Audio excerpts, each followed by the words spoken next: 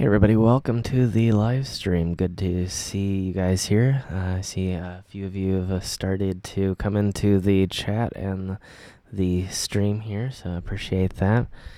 But as the title suggests, I did want to get on here and talk a little bit about the recent storming event that went on at Area 51 here and maybe get a few opinions on it, maybe get a few of your guys' experiences, maybe talk about some of the facts behind the ideas and maybe even, well, probably not the meme. I think we all know enough about the Facebook page and the meme by now to understand a good portion of it. Let me, I have to fix a few things here on the chat and get things where I need them here.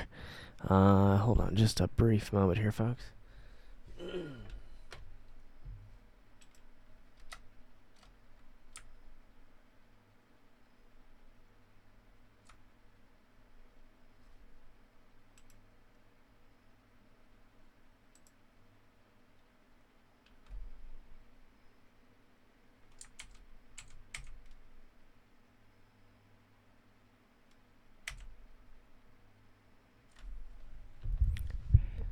Okay, there, that's a little bit better.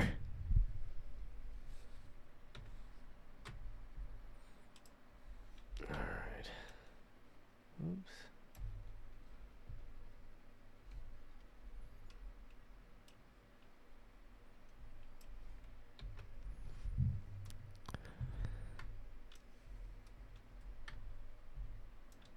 Okay, so yeah, I don't know how long I'm actually going to be on talking about this. I might do another stream at another point, going into it a little bit deeper. We'll see end up how many people join us here to see just how deep we go into the subject. But I'm also trying to pull up a little bit more information. I was getting some differing information on, on what exactly went down on the numbers wise.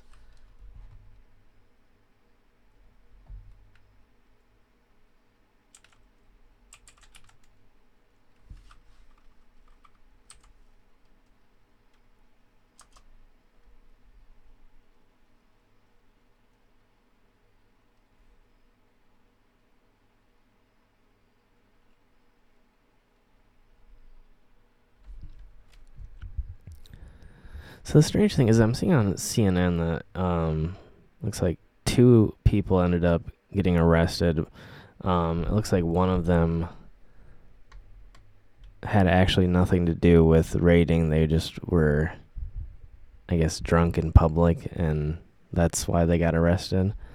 And I'm not sure if they're two people actually included, because I was watching the Adam the Woo video earlier, and the police on his video were mentioning, or somebody was mentioning, that there was actually a young woman that ended up dashing underneath the fence or the barrier and taking a run for it and then getting arrested, which it ended up not being that bad. I guess they put a sign up there just basically saying that you're going to get $1,000 fine and you're going to have to pay for expenses on your vehicle getting towed. But they weren't really threatening any of the people that were actually there, even with what the regular Area 51 signs say, which are that you could actually go to prison. And they actually kind of loosened up the rules and almost opened the area up to a lot of people that were curious to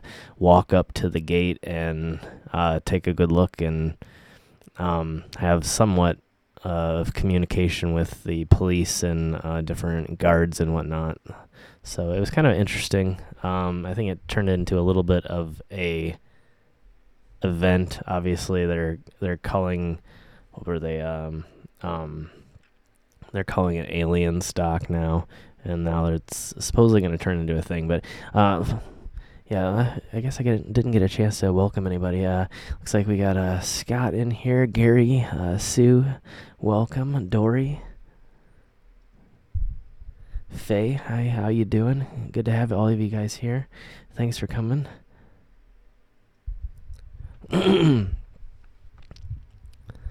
But yeah, I kind of wondered all along, well, not all along, as I was watching the videos today and going through the different stuff that was trending in the news and whatnot, and I kept thinking to myself, and I don't really know, maybe there is some information on, I probably should look over it a little bit more. I was kind of more concerned about the actual people that were about to go into this place and, potentially get arrested or whatnot. But it almost seems now like, even though there was many attempts by the people or the person that created the meme to kind of say, hey, don't actually do this. But then by the time it actually happened, there was like this full event scheduled, this sort of festival that all the police and guards were in on, and they had all kinds of facilities set up. You could get Wi-Fi. They had porta potties there for people to go to the restroom. They had vendors there to sell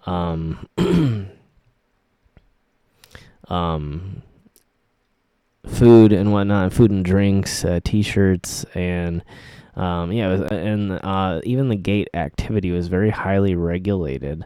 It was very it was made out to be almost like a tourist attraction, like like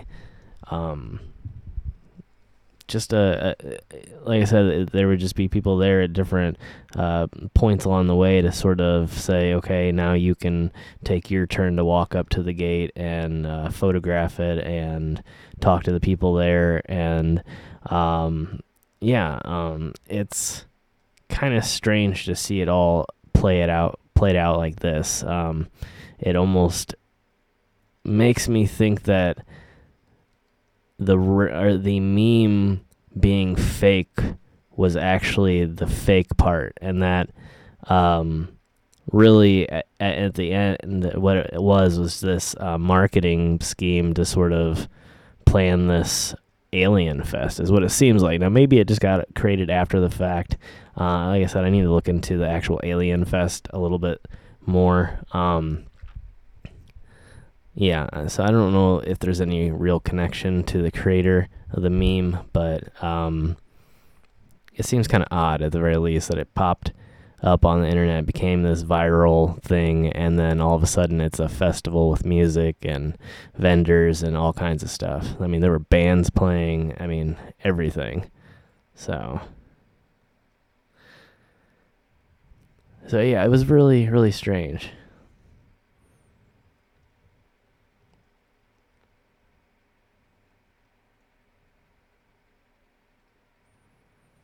What was the okay? So our government needs to quit hiding secret. Yeah, that'd be nice.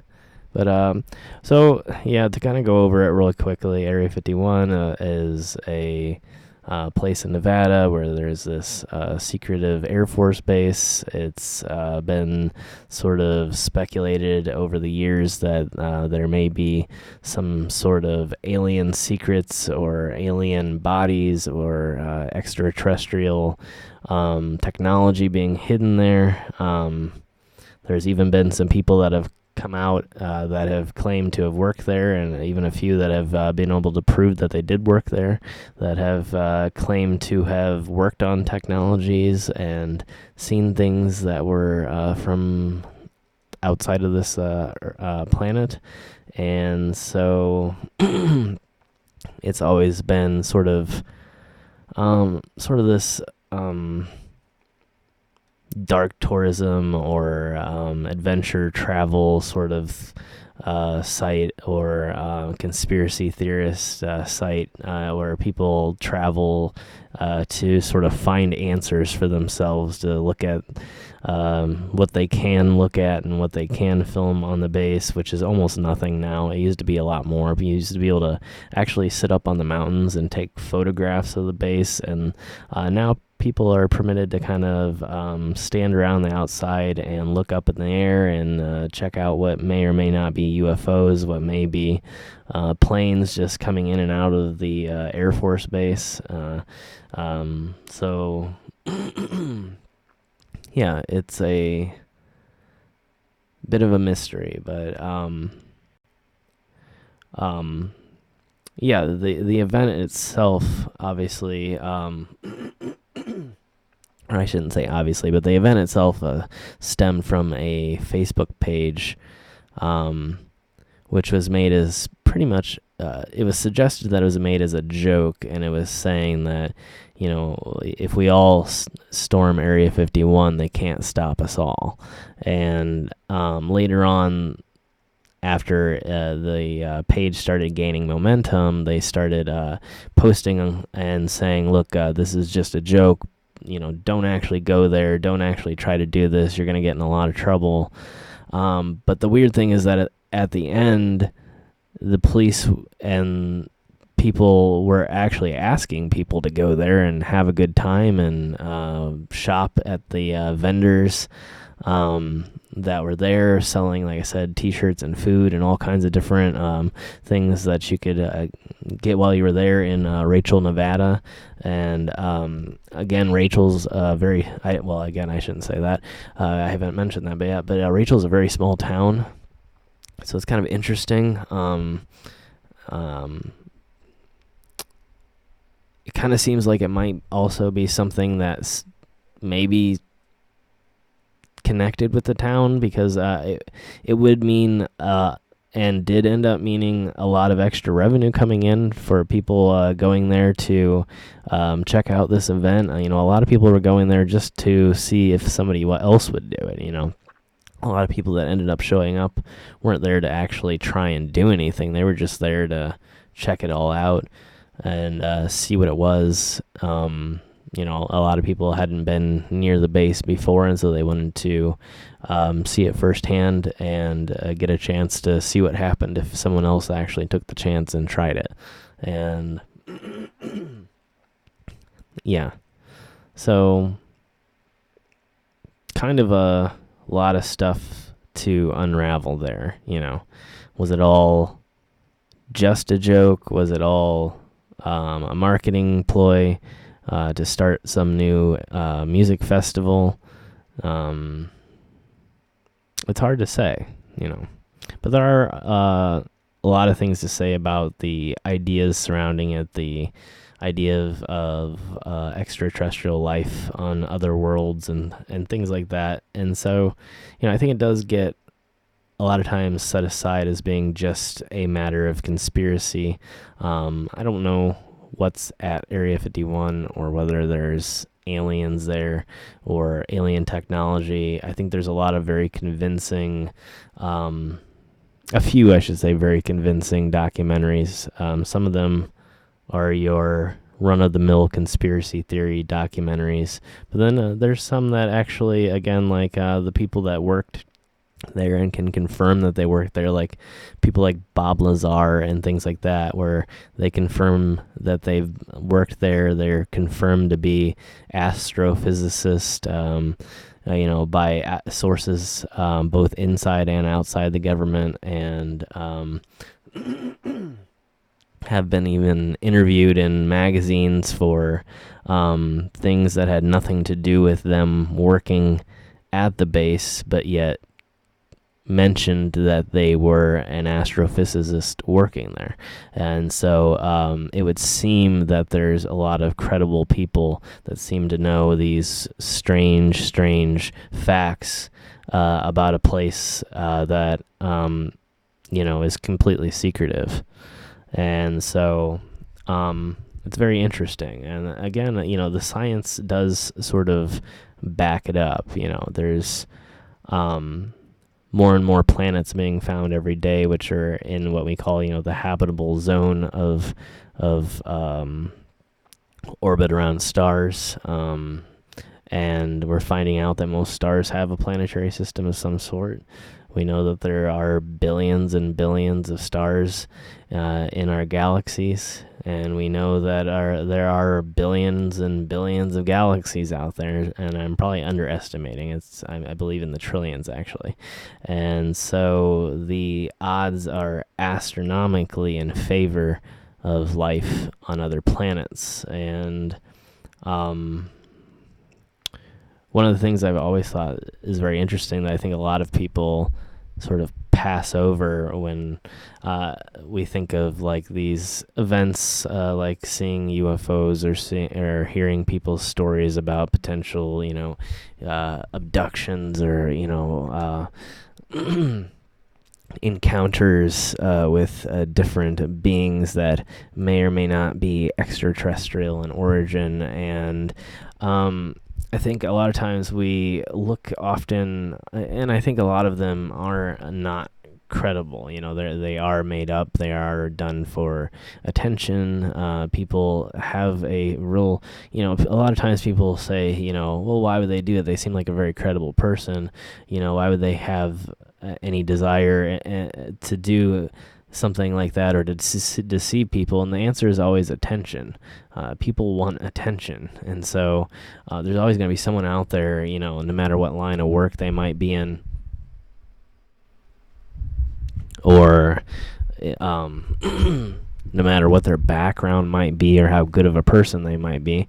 At the end of the day, money and fame are a very motivating factor in people's lives. And so it really can create the right circumstances for people to lie about these things. But at the same time, excuse me, when you look at the overall picture and look at, statistically, there's a lot of these cases out there. We know that the government has taken them very seriously. Hey there, Laura. Welcome to the live stream.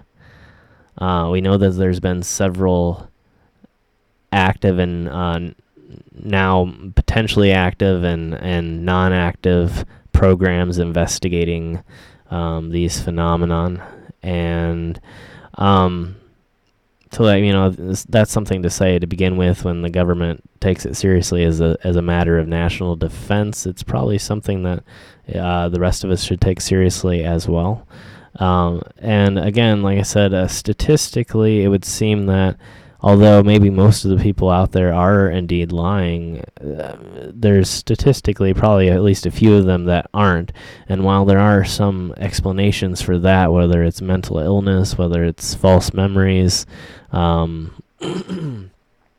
things like that, which are real, it leads you to believe that there may be some that are very credible.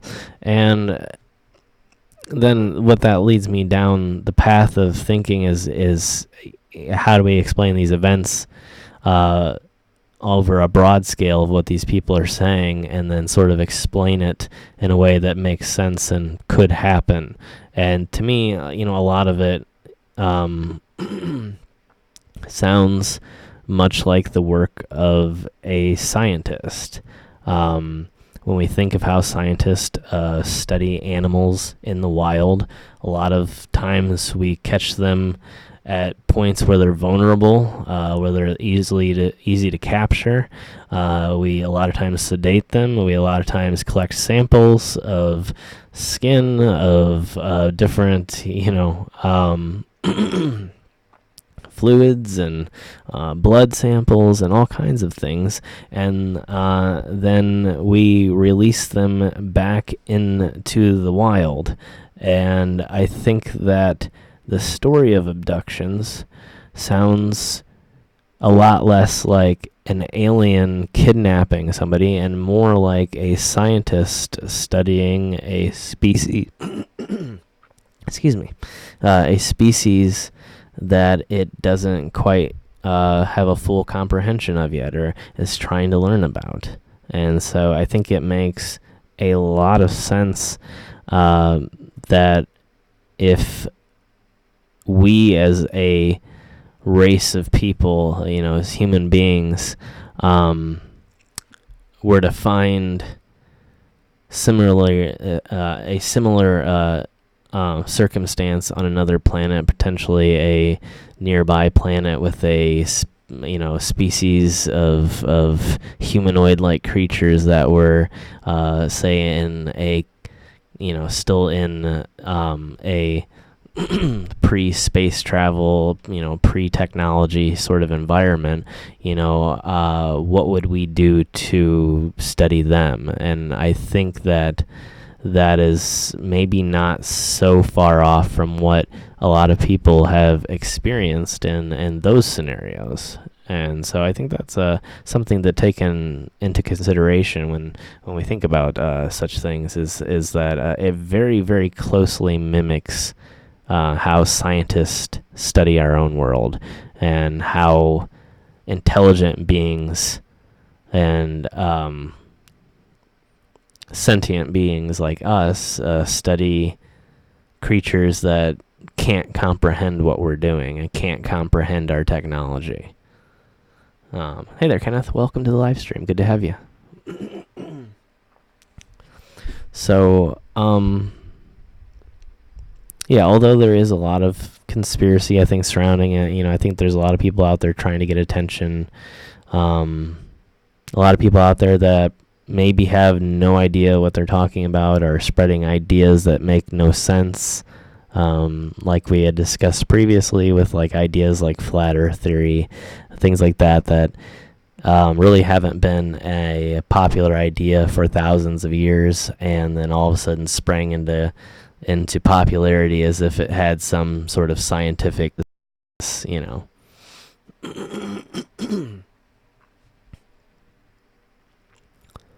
And yeah, I think with again, to touch on that, and it's just a misunderstanding of science in a lot of ways.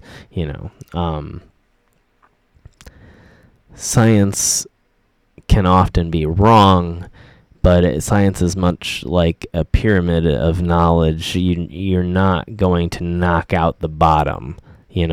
We build, and then we're incrementally wrong, and then we go back to a point and we start over where the error was, and then we rebuild from there. You're never going to knock out all of science, And that's why, quite simply, we can never go back to a flat earth theory, because we've come too far and understand too much,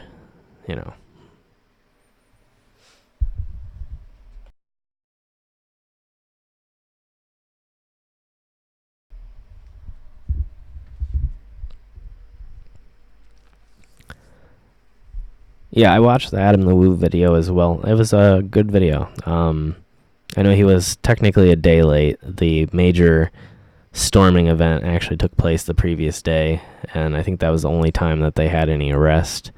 But yeah, they seemed all pretty nice.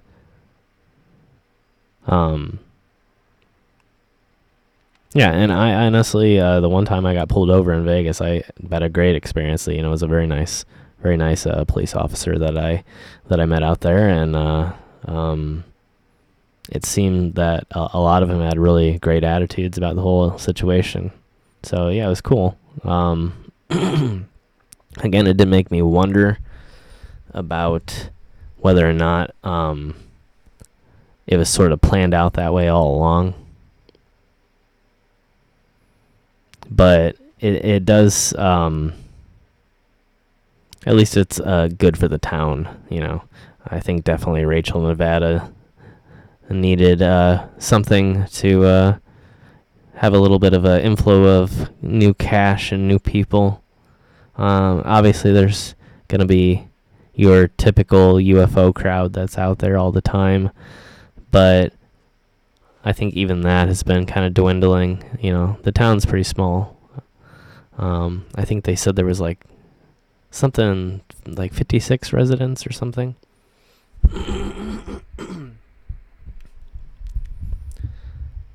What topic we're on? I've just been discussing some of this Storm Area 51 stuff.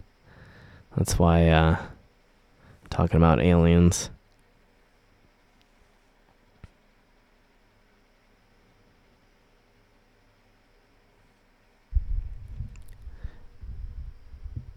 Where is it? Oh, anything really. Anything surrounding the whole event or aliens in general, conspiracy theories. I don't, not really. Again, the titles are not definitive on the streams, but yeah, that's the idea. I was just going to give some of my ideas about it as well.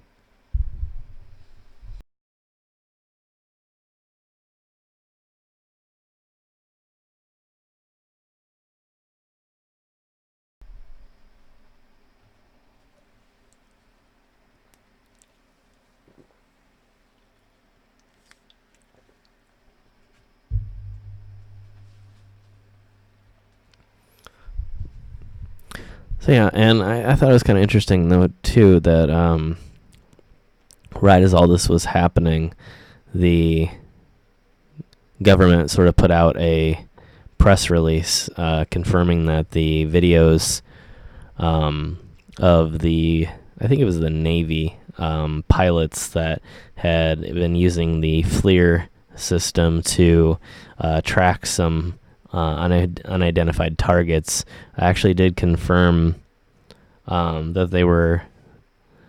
Thank you, Gary. Yeah, they did confirm that they were unidentified, which is something that sounds. How do I say it? It sounds like it's not much, but that actually does mean a lot. To say that they confirm that they're unidentified and that they're not, potentially another. I guess they're not saying that they're not potentially another nation's technology, but it's also not saying that they're potentially looking for that information or that they expect to find that. It's actually somebody else's, and between that and the testimonials from the pilots, it would seem to confirm that there's literally nothing on this earth that could maneuver that way, and we don't currently have the technology to do it. And from doing the research into the science behind it, it would seem that the only potential way for any life form to do it safely would be by harnessing gravity technology. The idea being behind gravity technology that you're not actually moving, you're merely bending the space in front of you and then pulling it closer. So in a sense, you can go faster than the speed of light because you're not really breaking the laws of physics. You're not actually breaking that speed limit. You're merely bending space and creating gravity. It also allows you to sort of hover in the air, as many popular UFO reports have been characterized. It would explain that very well, as well as them being able to go long distances from potentially galaxy to galaxy or planet to planet, or star to star in galactic systems like the Milky Way, which is the galaxy that we're in. And so it would explain a lot of how they not only got here, but when they got here, how a lot of these reports, like I said, define their movement. And so it's very interesting that people talk about seeing this technology, and a lot of the people that claim to have worked at Area 51 talked about gravity technology. So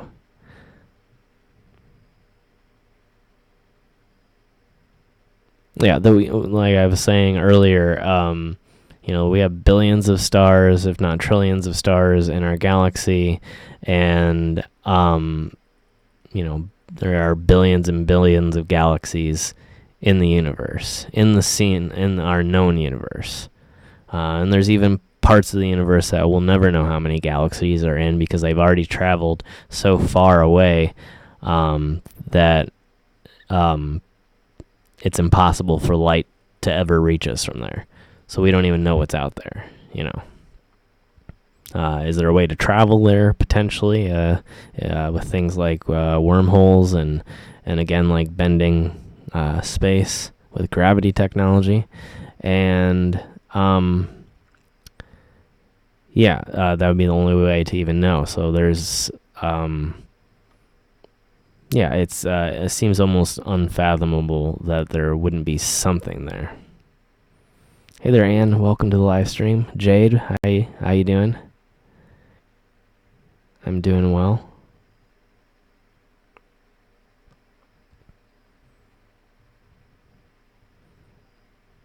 Oh, yeah, I have seen those. I can't remember what it's called, but there's supposedly this object, and it's been photographed a couple times. I've heard some different theories on different explanations for it. I don't really know a whole lot about it myself. I have seen some images. But yeah, supposedly it's been up there for many, many years. And there's been a few different sightings of it from different, I think, various satellite imagery where it's kind of sort of gotten in the way of other images, or in the image that the satellite was intending to take, or images taken. I don't know if they've gotten any from the International Space Station, but there's been no confirmation of it. If it's there, a lot of people aren't talking about it, but I mean, there are weird things that have happened even in NASA. There's things, like the ending of the Apollo program, a lot of people found to be kind of suspicious. There were even some potentially some evidence that maybe the missions, because they were planned, I believe, through 20, and a lot of people say that 19 and 20 actually did happen, and so there's a lot of astronauts themselves that have said that they've seen strange things.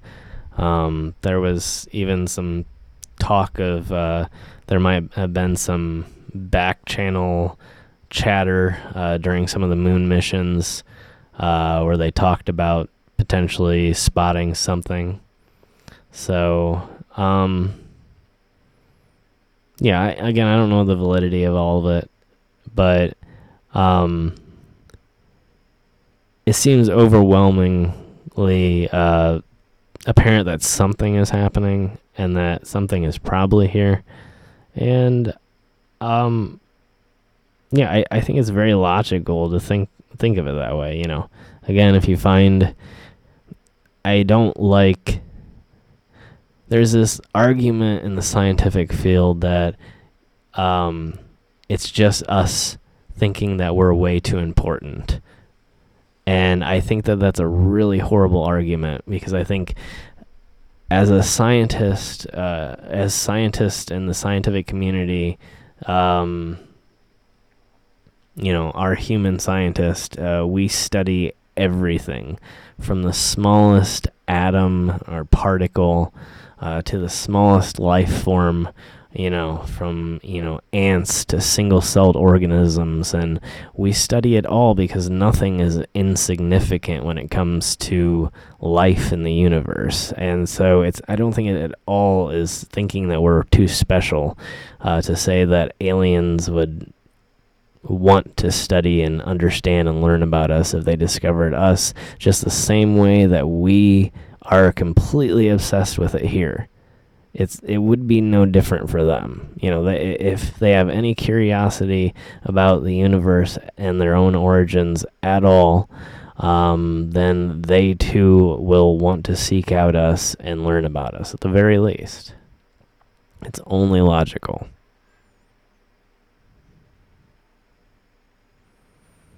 Jamie Ray, welcome to the live stream. Glad you found it. Thank you for joining. So yeah, the numbers are just overwhelming with the believers. I just think the problem is, unfortunately, from being an outsider, I think the problem is the community. I think in the extraterrestrial and UFO community, there are far too many laymen's that are out there for attention, and not enough actual scientists that are out there trying to find answers. And it's unfortunately become somewhat of a joke in the scientific community, and no one wants to be caught dead being that scientist. And so they're all dismissive. And you even see it with a lot of the popular scientists that are on TV today. They're very adamant that there's life out there, but the thought that that life might visit and study us in their scientific community is still made out to be silly. And that's because they want to be taken seriously by other scientists, and so they're afraid to even confirm that there might be a logical, plausible reason that extraterrestrial life might want to visit Earth. And so they say stupid things like, we just think we're that special that aliens have to come visit and check us out. Well, quite frankly, we're intelligent life on a rock flying around in the universe, and they absolutely would want to check us out. So, I mean, it's being dismissive, and at the same time, it's sort of for a good reason, because there's a lot of BS in the community. There's a lot of people out there that, again, are just out there putting out just the worst sort of evidence, the worst 1990s CGI aliens that are, the next big undeniable evidence, according to their website. And if you buy their book, they'll explain how all of it works. And it's a lot of profiteering, a lot of false information, a lot of BS stories that aren't real, and it quite simply is drowning the actual scientific research by making it so undesirable for the scientific community to even touch the idea.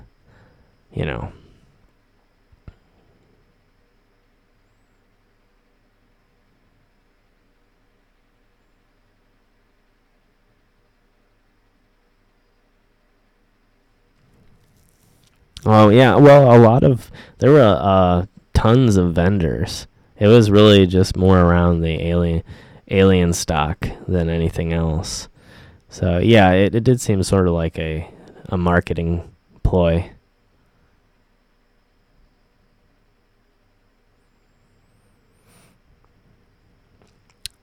Yeah, I think it was the idea of what we would do if we suddenly had that information, that there was another species out there beyond our world that was intelligent and then figured out a way to come to our planet. I think, there would be a certain amount of people who would freak out. On the other hand, though, I think popular media has taught us one thing, that even though we're afraid of it, I figure a lot of people would think it was really cool, so I think we would get over it really quickly. I think that's just the way we live anyway.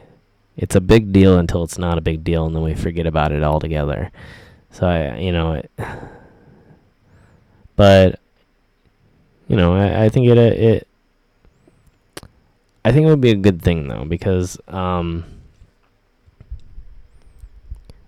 don't think it's going to be a scary thing, but I think at the very least that maybe understanding that we're not alone out there, and that there are other things out there in other worlds might just make us want to come together a bit more as a planet, to be more of Earthlings than, Americans or Europeans or, Australians or, whatever it might be.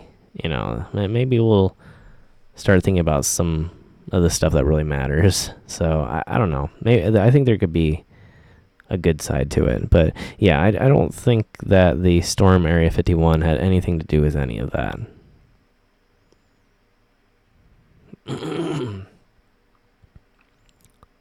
About 2,000 IQ points. I I would agree and disagree. I don't think that they're necessarily that much higher intelligence. Um, studies would show that our intelligence probably hasn't changed a lot for us for a while, or maybe the last couple thousand years at the very least. It's really just our science, it's passing down information from one generation to the next and building on it. I think if we had to wake up, if every generation had to wake up and sort of reinvent everything from fire to the wheel to computers, instead of just going on the information that we already were born with, this information that we've been building for thousands and thousands of years, then, I think that they would be lost too in a lot of ways. But there's maybe some, I think there are some arguments out there for maybe, you think there's a lot of time. If we're talking about the sort of habitable zones of like planets, there's also sort of these habitable periods where the universe is in a good place to make planets that are habitable and support life. And so it's a pretty big time frame. And so there could be civilizations out there that have been going for thousands of years more than us, tens of thousands of years more than us. And maybe even reaching, even in the higher ends of it, even millions of years more advanced than us. And so maybe in something like that, where they've just been around that much longer, where they invented the wheel, 100,000 years ago, and, their first computer was 50,000 years ago, something crazy like that, where they've had just that much time to find out that much more. I think, yeah, absolutely. There could be, but I think there's a decent amount of potentially life that's within, maybe a few thousand years, and maybe isn't all that much different from what we experience. I think things on Earth will be a lot different in a few thousand years, but if we survive that long, I guess. But I don't think it'll be so foreign that waking up 1,000 years from now would be totally alienating to us, like we woke up on a different planet. I think we'd be very surprised, but I think we would see very familiar things.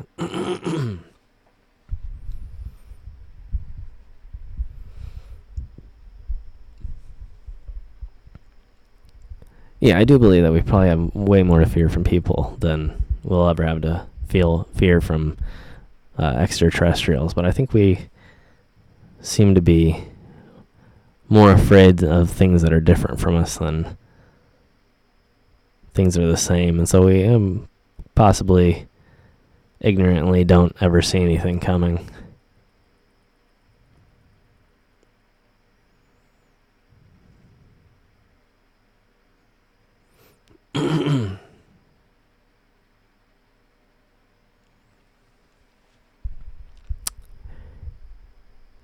Yeah, well, I would agree that we would maybe tend to react in a negative way. A lot of people.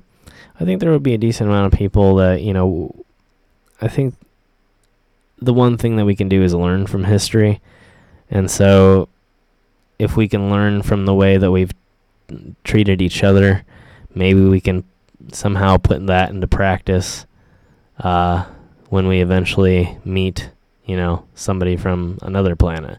So I think there is hope, but at the same time, yeah, our past is not very pretty when it comes to meeting anything that's different from what we're used to. So yeah, it's a scary implication, but I do think there's hope, and at any rate, when you think about it, if indeed they are so much more advanced to be able to cross the void of space safely and quickly, we may not be able to do anything that would harm them, yeah,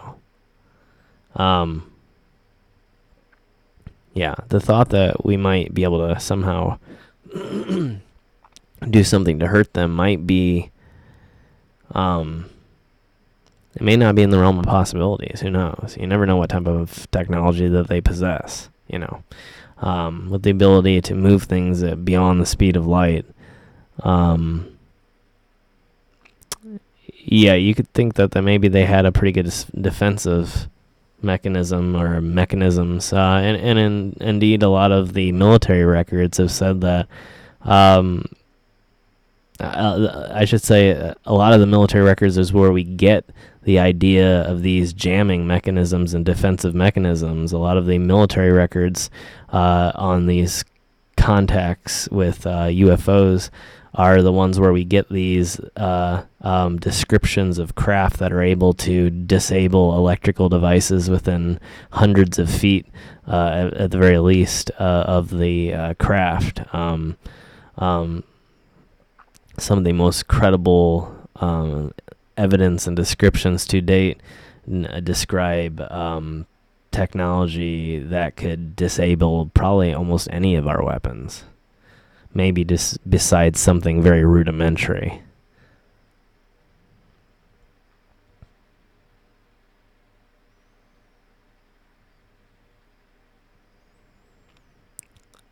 Yeah, I would agree, Jamie. Yeah, it's usually worse for the less advanced. I'm hoping that maybe in our case that they have the wisdom to not harm us, and maybe to hopefully look at us in a different light. Flying, I think flying cars would be so cool, but I would never want them. I think people have way too many issues moving in 2 dimensions on roads to actually give them a 3rd dimension to move.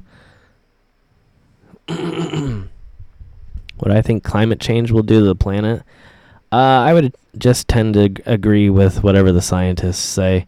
I think it's a pretty cut and dry scientific field. I think about 80 to 90% of the community agree that there's a lot to fear. And so I think that it's something that we need to look out for. I think there's maybe a lot of misinformation as to what it really is. And maybe that's where some of the miscommunication and confusion comes. So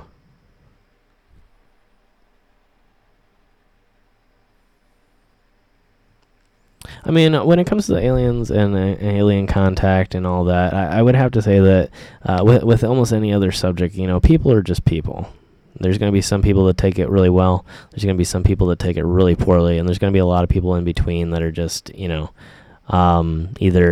not taking it at all and don't care, or just sort of walking the tightrope, as it were, Yeah, it would be unlikely that they would be susceptible to, like, viruses. They're what we might call genetic code, which may be made up slightly different than what ours is made up, chemically and physically. And so there may not be any way for the 2 informational systems to interact with each other. So, yeah, it's unlikely that there would probably be like a mass die-off of either us or them due to like virus and disease. There are other things like bacteria, which still would be able to potentially affect any life form, just because if it could find resources that it needed to grow on a life form, then it's going to try and grow on that life form. So there could be some argument that maybe bacterial exchange could cause some issues, maybe biologically, but I think the idea of passing viruses would probably be almost impossible. Or the people that claim like alien human interbreeding, I think that's a little bit far-fetched. It's probably unlikely that any hybrid life forms could ever exist, unless just like the creation of molecules, DNA could be just a natural phenomenon in the universe. If it is that, then there very much could be interaction, potentially. It may be so far separated that, it's not possible to, again, create any sort of hybrids, as is in animals on Earth. It is devastatingly hard to hybridize animals, and they're all sterile. That's why you don't have certain animals that are hybrids, like mules and things, which are like a hybrid between a donkey and a horse. They don't breed. You have to find a new donkey and a new horse to have another mule. You don't just find two mules. It doesn't work that way. You did it once and it ruined the genetic code. Now you can't do it again. Oh yeah, I've heard of that. The supposed weather control system. I don't know what I think about it. I don't really know. There are ways of sort of controlling the weather. The weather does sort of have not a natural pattern, but like it is sort of just a play on temperatures, pressures, and somewhat gravity. Yeah, there are ways that even to this day, we do stuff even, I don't know the validity of it. They do actually do it, but like salting clouds to make it rain because it makes it heavier. I thought I heard recently that there was some evidence that maybe that's not always the cause of the rain. I really don't know, but a good scientific phrase that is used a lot is correlation doesn't necessarily mean causation, which means that just because two things happen at the same time don't mean that they're related to each other. And often as humans, we only look for two things that happen at the same time, then we say, look, there's the evidence, but that's just not always the case. So you have to keep that in mind, but at the same time, I think that the idea of weather control systems are definitely plausible. I think it would take a lot of energy, though. You have to, I would think how much energy in heat it would take to create a system like a hurricane or a tornado, or maybe even to move those gigantic clouds in the air, away from the city to make it a nice, bright, shiny day and not raining. I would think the energy necessary we maybe don't possess yet, unless it is using some other technology. The only other thing I could potentially think of is like a reflector technology. We have actually made different studies in the past about using reflector technology, specifically when it comes to things like global warming and climate change, to basically float a bunch of reflectors in space to deflect away a certain amount of the sunlight in order to cool off the planet. And so there are some real scientific thoughts on different ways to, again, control the weather. So I don't really know. I don't want to fly. Well, I don't want a flying car if it at all means that people are out there flying them themselves. I'm all down for drone taxis, things like that.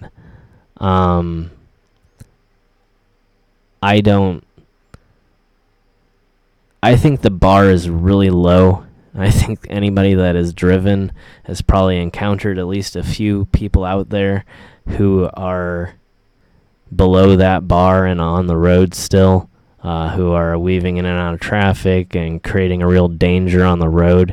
And so I tend to translate that into my equation. And it's not that I don't think it would be really awesome. It's that I'm looking at the sheer wreck numbers, the number of fatalities and the number of crashes, the number of people that are just going to barely pass, their test and then, crash into the side of a mountain. I don't know. I don't think we're yet even prepared for cars. I would like to see more autonomous automobiles like Teslas and things like that can sort of just drive themselves. So I would like to see less and less human control in objects that can go incredible speeds and weigh over 1,000 pounds. I think that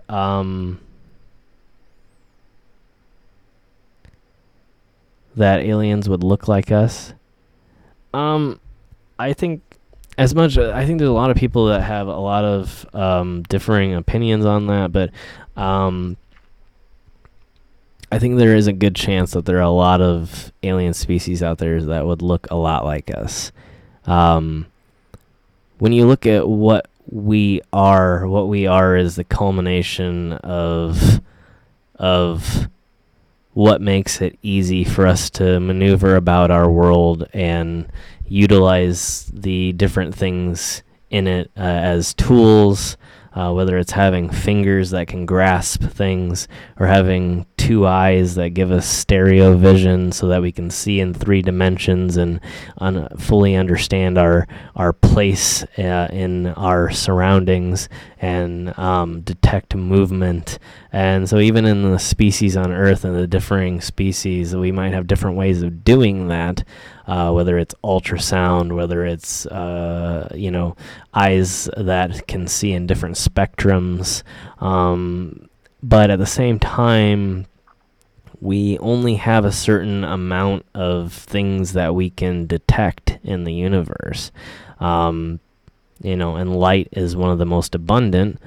And the electromagnetic spectrum is the most abundant, and so it would make sense for any species anywhere to potentially utilize that spectrum to see and interact with the world around it, and to have appendages that would be able to interact with the world around it, be able to move in the world around it, whether that's wings, whether that's arms, whether that's feet. It would make sense to have locomotion, to be able to move yourself around your environment. And so things like legs probably would be a natural evolution anywhere in the universe. Again, smells are just detecting small particles in the air and giving it a sense that is different from touch and sight. And so the thought that there might be something similar to that, again, would make sense. Touch allows us to interact with things and tells us if something's too hot, if something's too cold, what it might be made of. It helps us to survive in the world. And so, again, having a complex central nervous system that could interact with objects like that, I would think would be fairly logical to assume that something like that exists.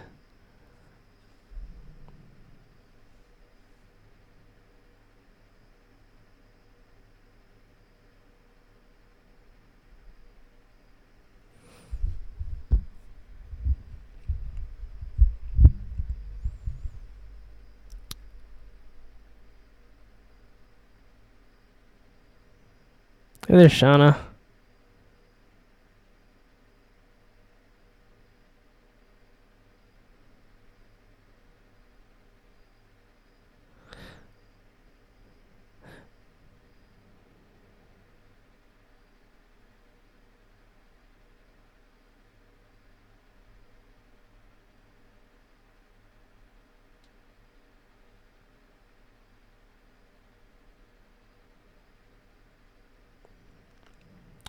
Chemtrail. Oh, yeah. You can use anything that can reflect light will essentially cool down the planet. The idea with climate change isn't how much we can do, it's where we do it.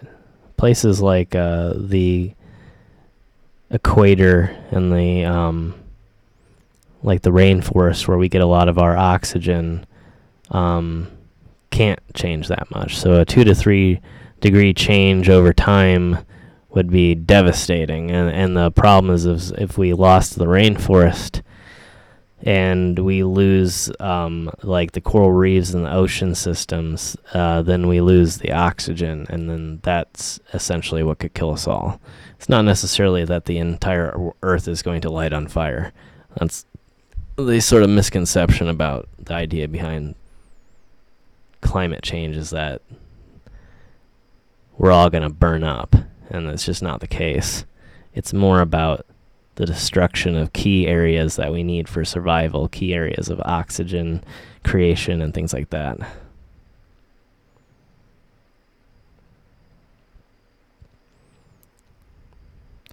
The first, I don't know who the first depiction of the gray was. I want to say it was actually around the time of that whole Roswell thing. I want to say that. I have thought I heard that brought up before. I don't remember where I heard it. Bowstar, welcome. Thanks for joining the live stream. Sorry, guys, I've been catching up on everything. Yeah, we get a lot of our oxygen from the ocean. And since we're having a lot of problems with the coral reefs, it's weird because people don't realize how that could affect us too. If we lose the ocean, we can have other sources for food. It doesn't matter if we lose fish, but at the same time, it would almost certainly in itself destroy the world.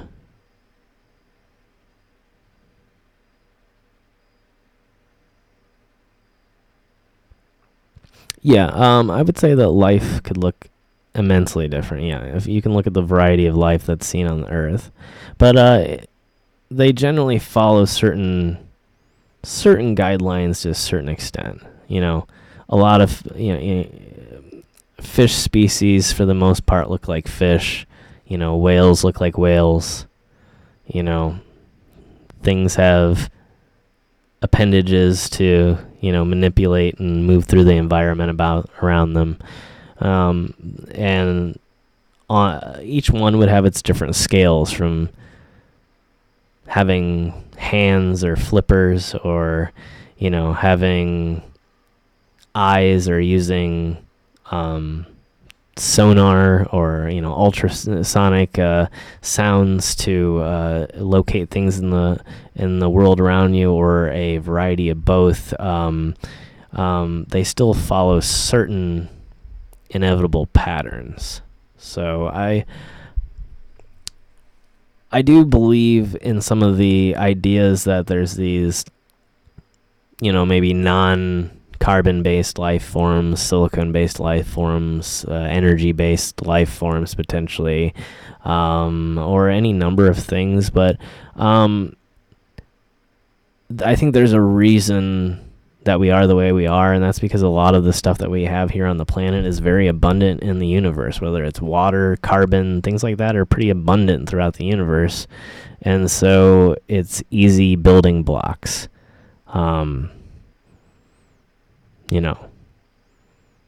Sort of like saying it's a lot easier to play with Legos than learning how to paint. There might be some painted life forms out there, but it's more likely that there's Legos, and that's what we are. We're Legos. We're not some crazy energy-based life form that's incredibly rare and maybe almost impossible. We're your run-of-the-mill carbon-based, water-based, electrical life forms. So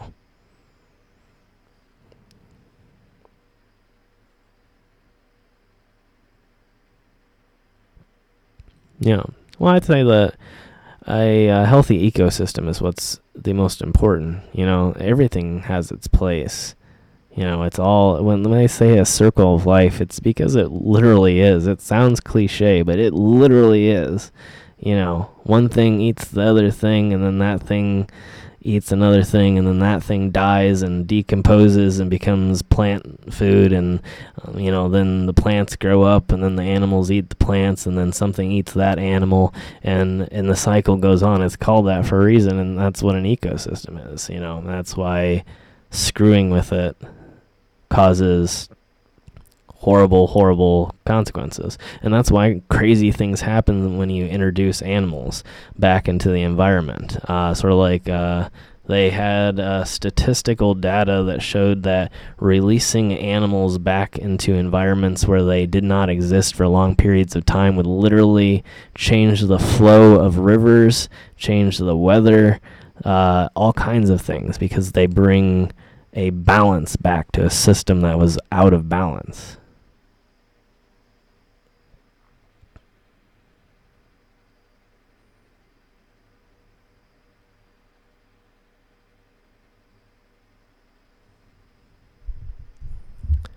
I would say that we're definitely ideal.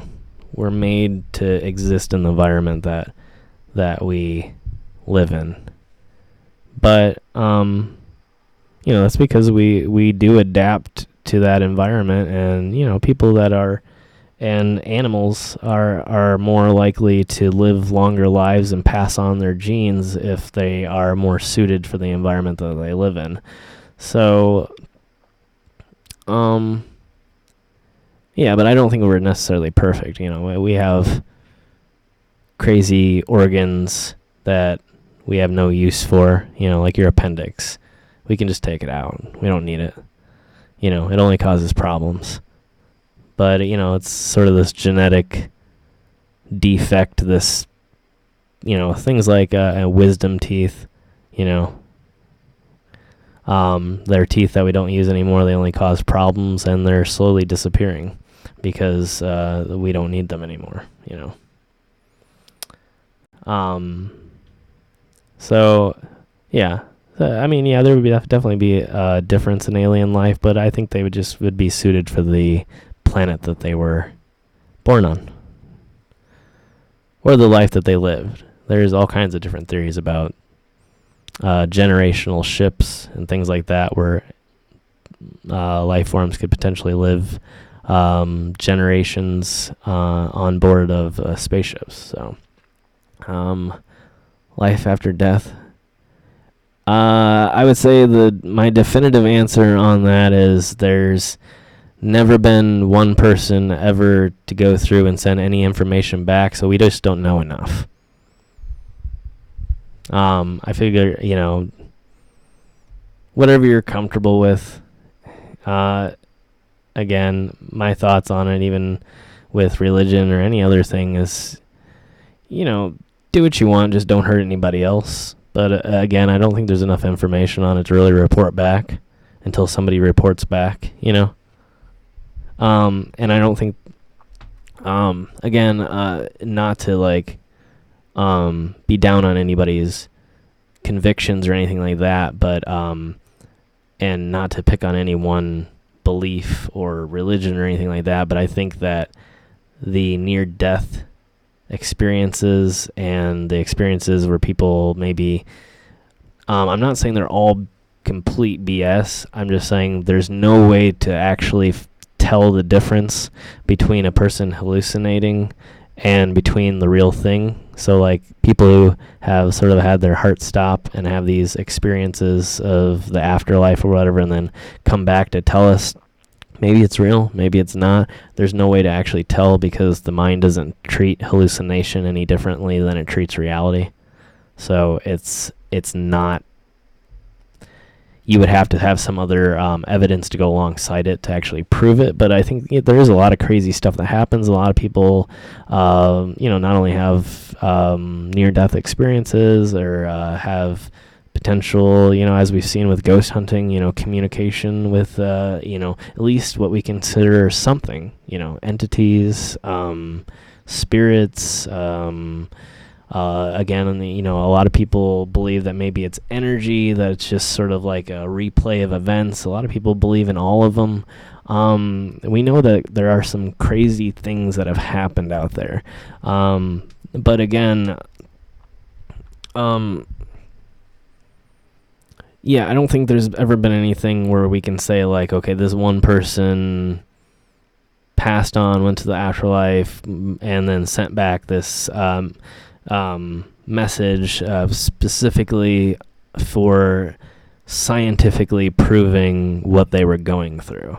And I think that's maybe what has to happen. We have to have some sort of thing where a scientist is going to report back and be like, hey, I'm going to send you guys data somehow, or we have to figure out a way to make it to this place in our physical form.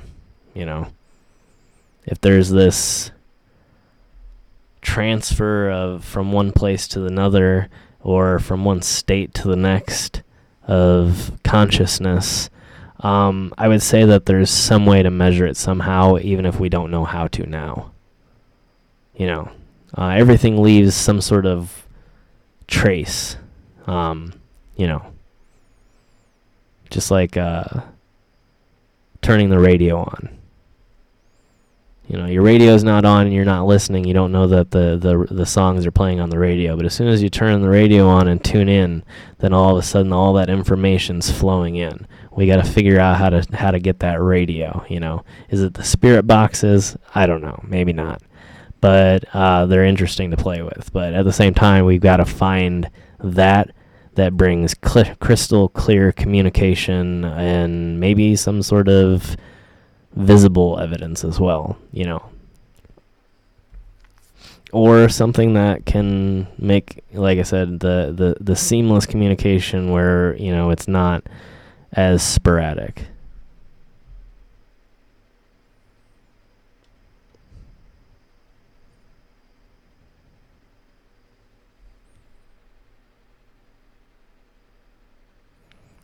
But I will say this, in terms of afterlife, I think there is a good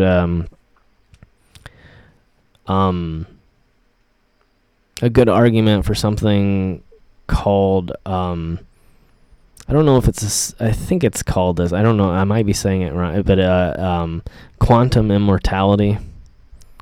And it's a theory basically saying that sort of like in the quantum world, it's not necessarily option A or option B happen, but both A and B happen simultaneously, and we just observe one or the other. And so the thought that things like tragedies, like car wrecks, and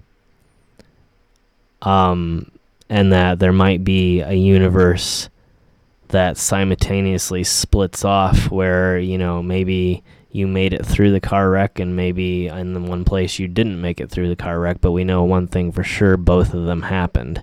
And so the thought that even though in one existence your timeline now ends, maybe it just means that your timeline also took off in another existence. So to you would continue to go on and on and on and on, and you would just have a string of close calls, because in the universe that you didn't make it, there would be no more information coming in.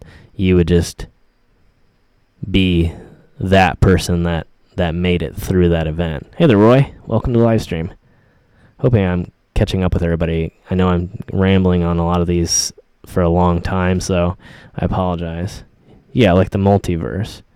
Saying that if the multiverse exists, that anytime you were to accidentally off yourself by making some crazy mistake, you fell off a cliff, you wrecked your car, you did whatever, there would have to be the exact opposite happening somewhere, in one universe you had a close call.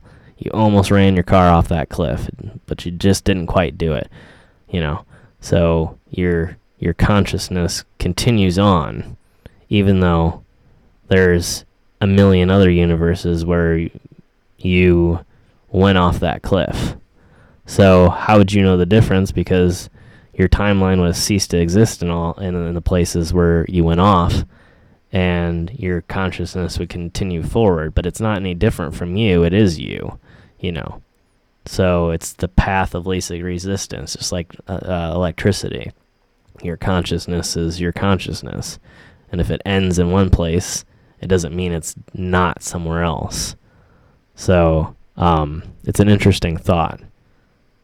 And there's a lot of weird, bizarre things that can happen in quantum theories, including the move of information across vast distances instantaneously, and particles that can pop into existence and out of existence, or teleport from one place to the next. And in fact, teleportation, in a sense, I don't know that it's technically called teleportation, but the spontaneous jump from one place to the another instantaneously, something called quantum tunneling, is one of the reasons that we're having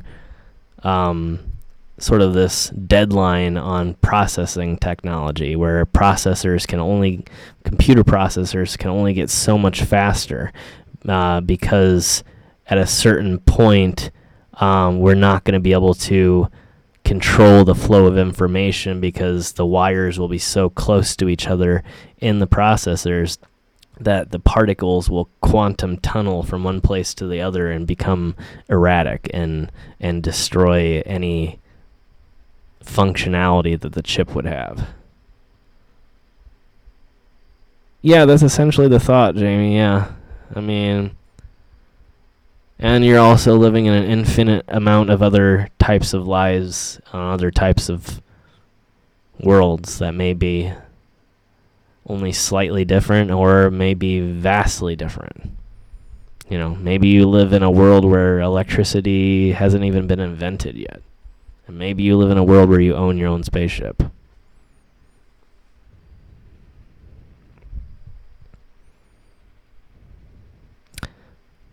You could argue that all time might run alongside, but all things in all societies don't move at the same rate. So sort of like we have very primitive societies and tribes that are still in these jungle regions that have never seen other people outside of their own people. But at the same time, we're jumping on the jet plane to fly to that tropical destination and use our tablets to get on the internet and vlog with each other about what we're doing while we're on these trips. And we're talking with each other, live streaming right now. Stuff that would just absolutely blow the mind of these people that are still literally living in the jungle hunting with bows and arrows. And so although timelines, maybe time does flow at the same, alongside itself along multiple universes, but the argument would be that people would move at different rates.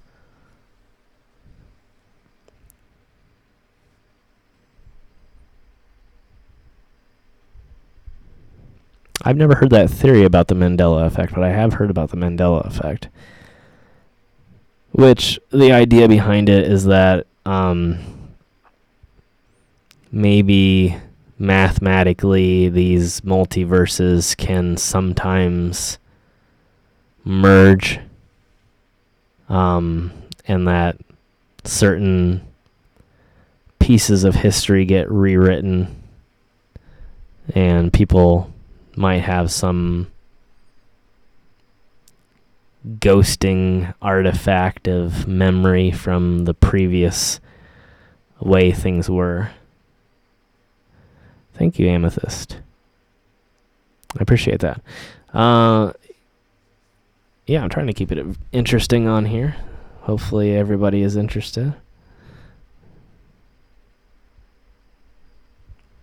A peek of it in our dreams? Yeah, maybe. But I would say at the same time, it would be nearly indistinguishable from an actual dream. I think that would be the problem. Maybe it can happen.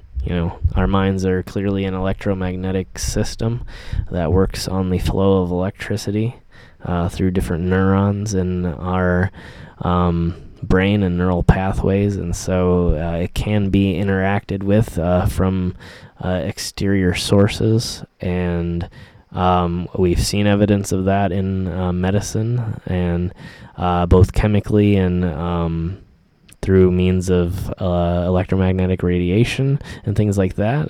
It can create changes in the brain, and so is it possible that some sort of outside interference or a signal could bring that information into your mind?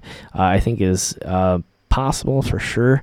I think again the problem is the limitations of the actual human mind itself. And so that's why I would never tell anybody that their experiences are necessarily fake. But at the same time, I would say that when it comes to something like that, it would be very hard to prove without another event or piece of evidence on the outside to link the two together, you know.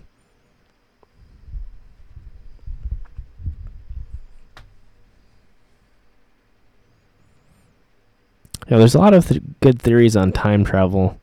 I think time travel, unfortunately, for the most part, is nearly impossible for a lot of different reasons. It depends on what your thoughts of on time travel.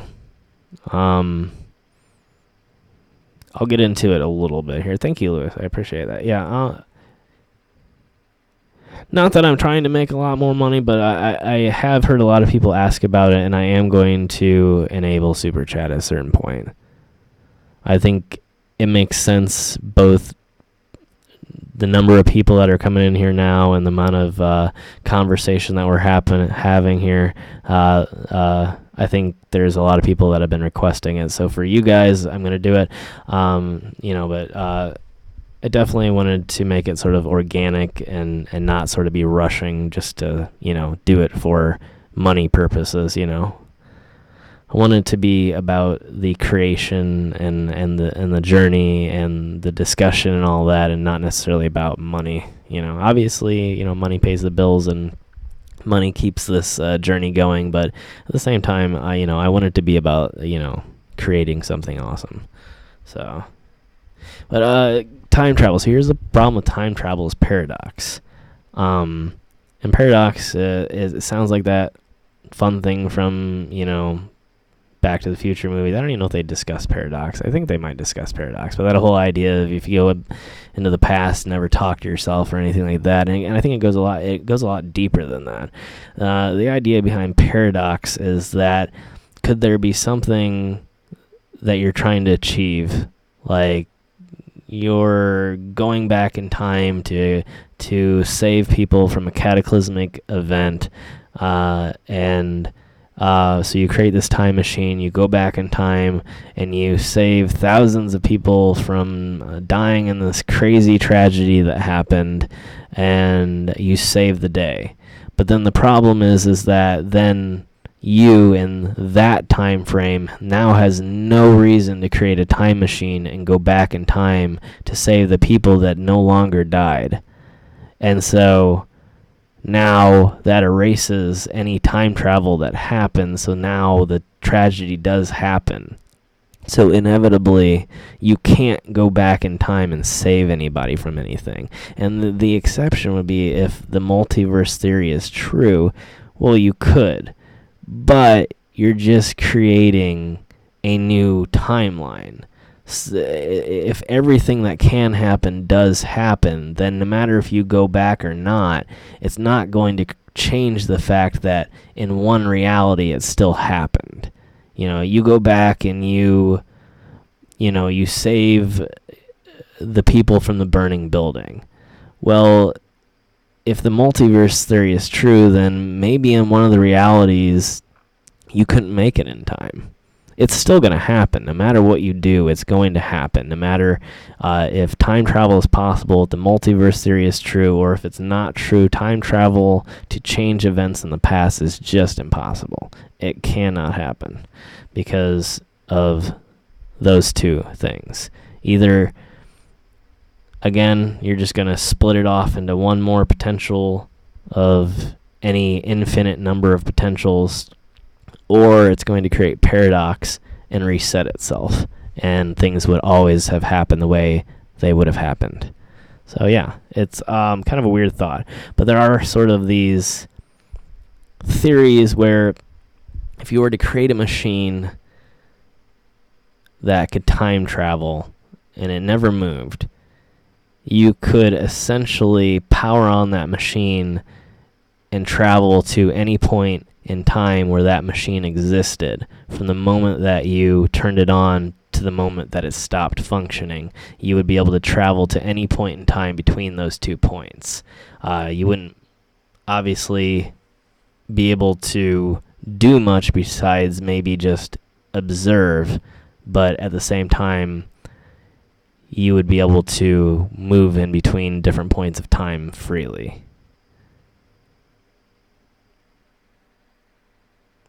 Hey there, that Marijuana man. I'm not sure how you pronounce that, but that's interesting name. Thanks for coming. Glad to have you here.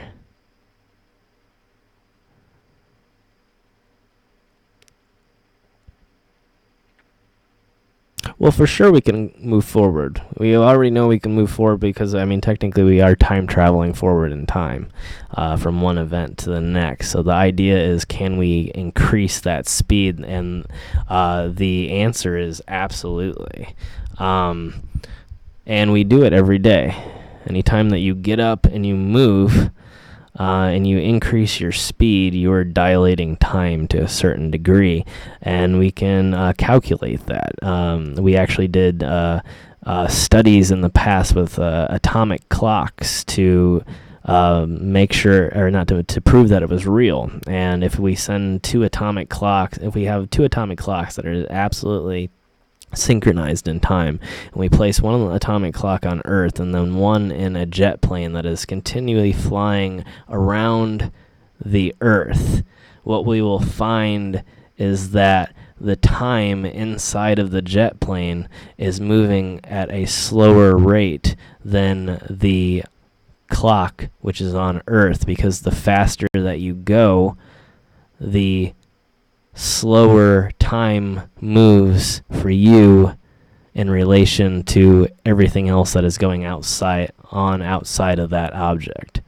And so if you were able to get a spaceship, an open space, to be going a certain speed, you would essentially be able to create a time machine, in the sense that although the time travelers or the space travelers may be traveling to a distant planet, which may be thousands and thousands of years away, that by traveling at a very, very high rate of speed, the people inside of the spaceship may only experience maybe a 50-year time frame, and then so they would be able to survive within the time within the spaceship for this gigantic journey, because for them time would be moving at a completely different rate, and they would experience just a single lifetime. Meanwhile, the people back on the planet that they were from would experience many, many generations.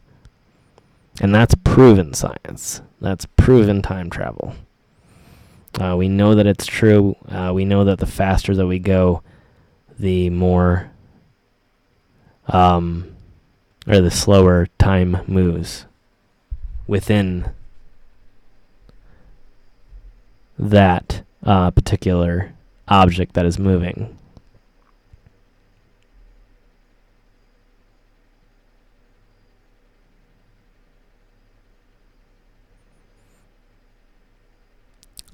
To have only a consciousness time travel, yeah, that would be interesting, to be able to observe the past and actually see it. I guess it would answer a lot of questions that we have and stop a lot of arguments. To actually have a definitive view of the past would be very handy.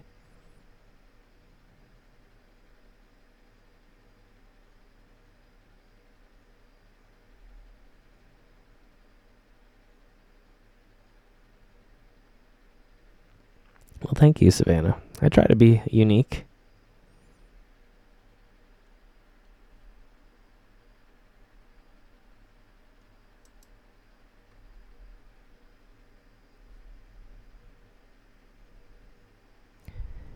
Yeah, essentially, Jamie. Yeah, I think the way I can't remember the exact. I remember the movie and then the scene you're talking about, but I think there were a few errors in the way they did it. They sort of, I think if I remember correctly, they sort of insinuated that it wasn't necessarily even him time traveling, but he was like causing the Earth to time travel or something. I don't know, but yeah, it's the idea behind it. It's completely correct. I think their implementation was slightly skewed, if I remember. I think there was a few things they got wrong. But yeah, essentially, yeah, it's been proven. People on the International Space Station, I think there was something weird, like, I can't remember if there was like an astronaut that had like a twin brother that was like a few minutes apart, essentially, and so by the time that they were done being an astronaut and serving all of the different times that they had been on the International Space Station, they calculated it out, and he was actually, the older twin was now younger than the younger twin because time had gone differently for both of them because they had been on such drastically different planes on the planet and at drastically different speeds.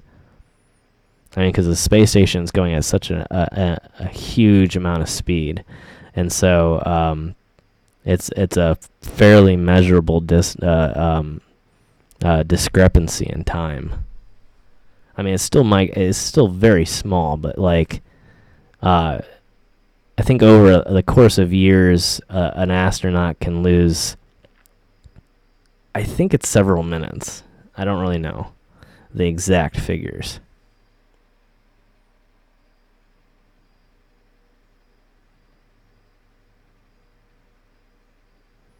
Well, thank you guys. I appreciate all the nice comments.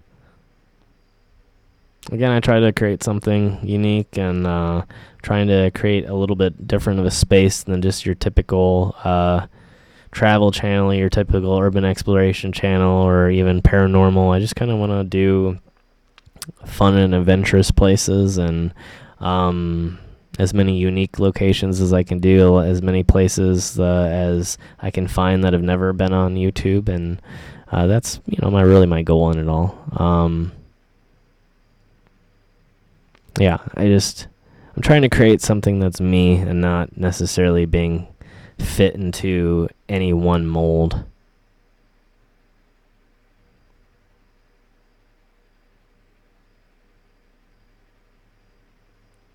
Oh yeah, absolutely. You hear a lot of people who are experts that are brought in to the sets and are used basically as as experts. I don't know why I'm trying to explain that. And sometimes the directors and the producers listen, and then sometimes, for the purpose of making a good movie, they bend things a little bit. There's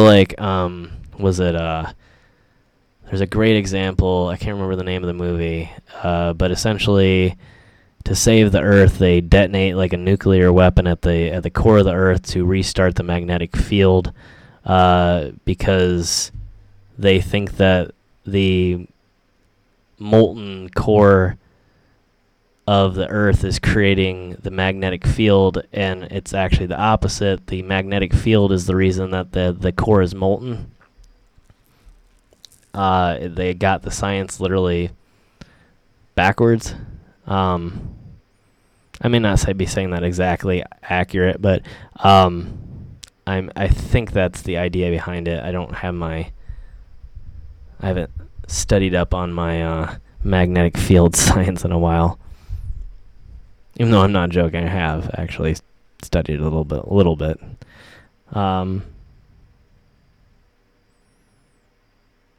Yeah, like, I think people don't realize how fast a lot of these things go up in space. It's incredible. Like your probes, the Curiosity, not Curiosity, that's the Mars rover. The Voyager probes that were the first. I don't know if the second one, Voyager 2, has left yet, but Voyager 1 was the first spacecraft that we've ever built to enter into intergalactic space, to actually exit our solar system, and now is in the space in between solar systems, in between the stars. And it's moving something like 15,000 miles per hour. They move incredibly quick. Oh, it was just called the core. Okay. I should have remembered that then.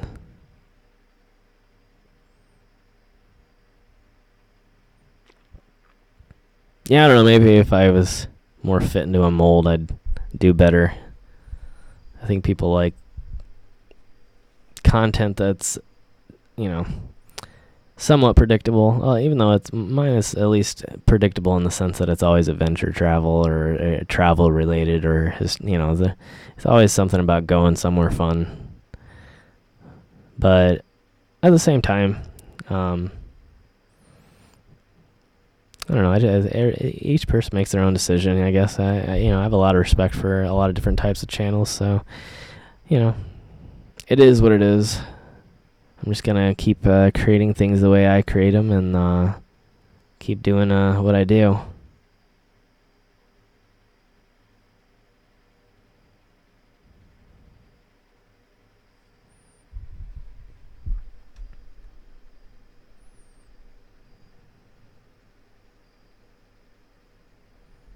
Oh, sorry, I'm missing some stuff. My apologies. I missed your question there, Laura. But yeah, it's a super chat is a sticky chat basically. I don't know what the different.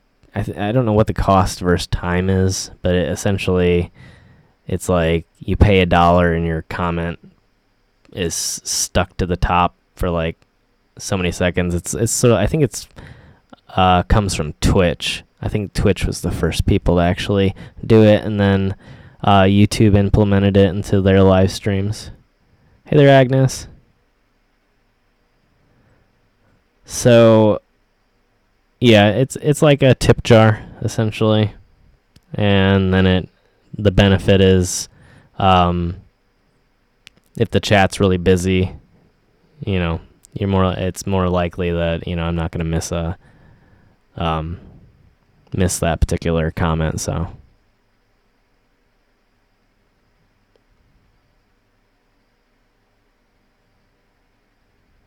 you heard a pop.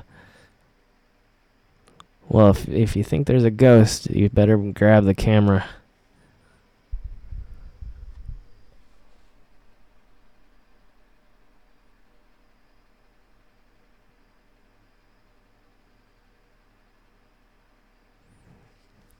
No worries, Jade. No, I understand completely. Maybe you're explaining that to someone else. I don't know. But, yeah. Yeah, I agree. I don't think there's anything wrong with all the channels. I think it's just like with YouTube in general. I don't think there's anything wrong with being a YouTuber, like an Alfie Days. No real rhyme or reason to what you do. You do challenges, you show your everyday life. It's sort of like a reality series of your life, but there's no real format to it. What irritates me is that sometimes now that becomes what it means to be a YouTuber. People say, well, I'm a YouTuber. I did this challenge last week, and I showed my shopping haul this week, and it's nothing wrong with those type of videos, but again, they're not creating any type of original content. Or if they're doing challenge videos, maybe they're only copying other people's challenges and not making any challenges of their own or putting any personal spin on it. There's lots of great people out there that, it's like you see these different popular videos come up, like 24-hour challenges, and some people just copy and some people put their own unique little twist on it. So, yeah. But at the same time, it's like, does every channel need to be that? Does that need to be the only definition for what it is to be a YouTuber? Or can, the people out there that are doing travel content or, drawing channels or makeup channels and all these people that are doing, artwork and things like that and doing their different things that they were good at outside of YouTube and not just creating a sort of catch-all YouTube channel, you know. Yeah.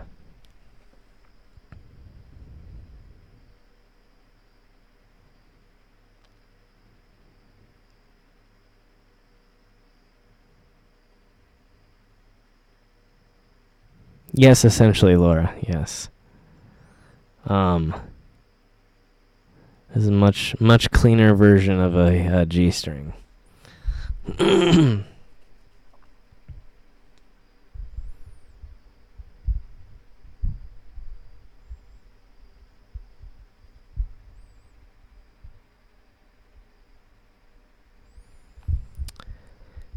Yeah, I think maybe it's just a phase. YouTube definitely has gone through phases. And I think we're just going through a phase right now where we play things out until, you know, we beat things until they're dead, you know. It's just like the other week, chicken sandwiches all over YouTube. No one knows why. Not even the people that are doing the videos know why it's trending. It's just trending. Chicken sandwich. Who has the best chicken sandwich? Who has the best chicken sandwich?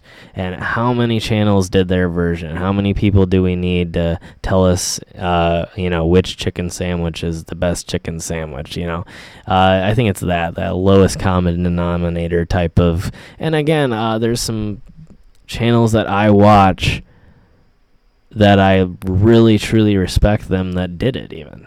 And I don't disrespect them for doing it either. But at the same time, I think it's become too much. We just, again, we take content on YouTube and we beat it till it's dead, you know. Yeah. So again, it's like there's nothing wrong, yeah, well, like you said, with the box. It's feeling that you need to fit into it all the time, or that's what you have to do to be a YouTuber, you know. Thank you, Agnes. I appreciate that. But again, yeah, it's no hate to those people. I love Alfie Days. He makes videos about nothing. In fact, his channel for years was called Pointless Vlogs, and it was about being pointless. And I thought, as dumb as that might sound, it is sort of genius, you know. And people do like that. People like just being a fly on the wall, you know, just observing people's lives. That's why reality shows are big. You know, you can deny it and say that the reality shows are dumb, and they might not be the most intelligent content out there. I think some of them are and some of them aren't. But at the same time, we can't deny that they are incredibly popular, you know. And it's the same thing with, you know, the chicken sandwich stuff. It's lowest common denominator, and some really talented people do it and some not so talented. And I don't like to even make that judgment so much. You know, again, if you like it, you like it. But at the same time, has it gone a little bit overboard? Absolutely. I think we can all agree with that.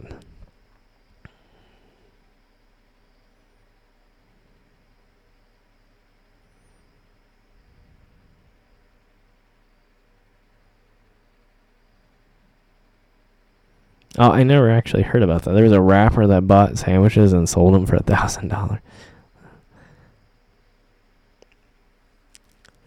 I mean, I'll be the first to say that rappers are some entrepreneurial people. I mean, and they will find some money to make on anything. And they are very creative, as a lot of them are with their rapping. But that is a bit ridiculous.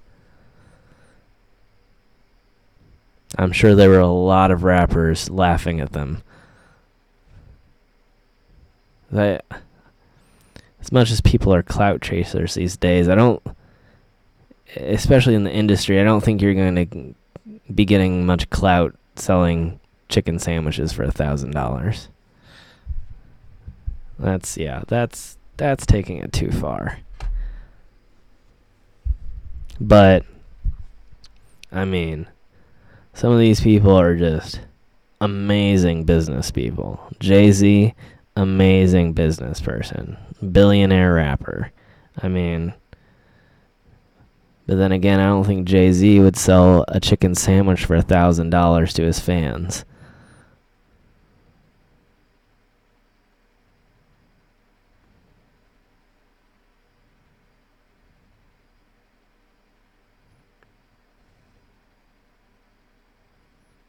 I can't type tonight.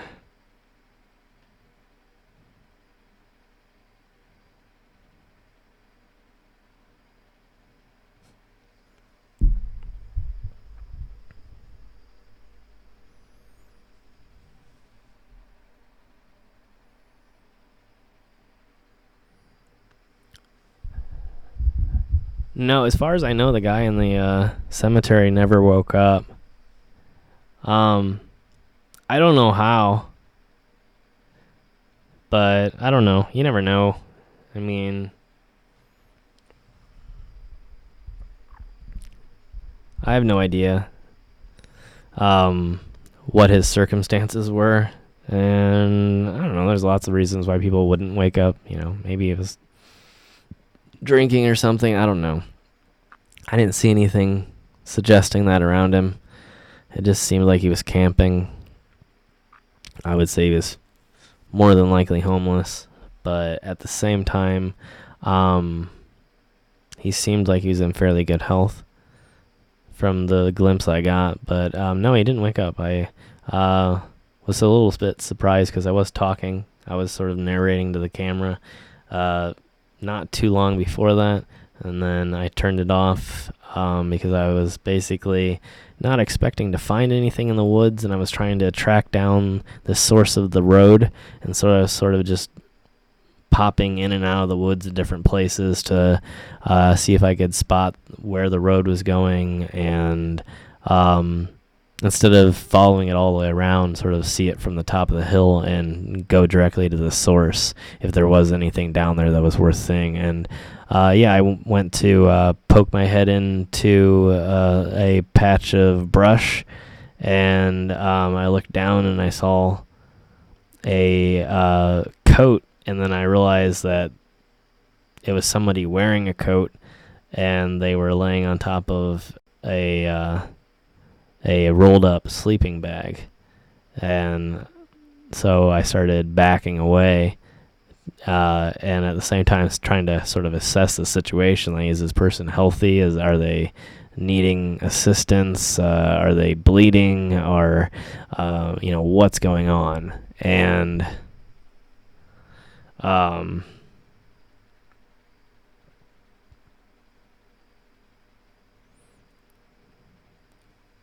wow. But yeah, I was really trying to figure out what was happening, and but yeah, I kind of fell silent at that point. And it had probably been like a minute or two. It hadn't been that long, and I hadn't been that far away when I was narrating. So, if he was awake, he clearly would have heard me. But at the same time, I did kind of just start walking around in silence looking for things. So I don't know. I'm kind of surprised, though, still. Okay, yeah, I found it here. Rapper Quavo of apparently a rap group called the Migos. I almost wonder if his name used to be Cuervo, and when he got signed, he was forced to change it. Because if you don't know, oh crap, now why am I having a problem with this? Cardi B. Her name was not originally Cardi B. She went by the rapper name of Bacardi. And, of course, she had to change that when she got signed because she can't use the name Bacardi because that's already trademarked. So I'm wondering if Quavo used to be Cuervo.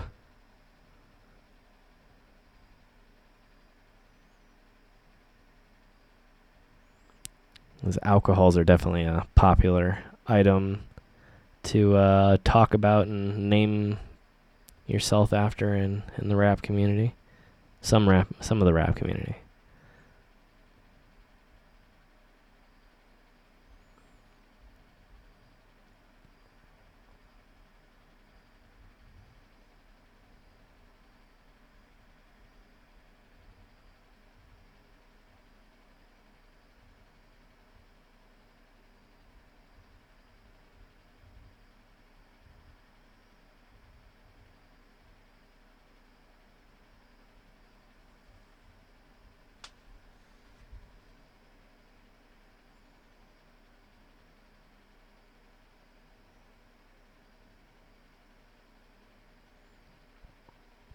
Okay, so reading into it, apparently the idea was that this whole hype basically on YouTube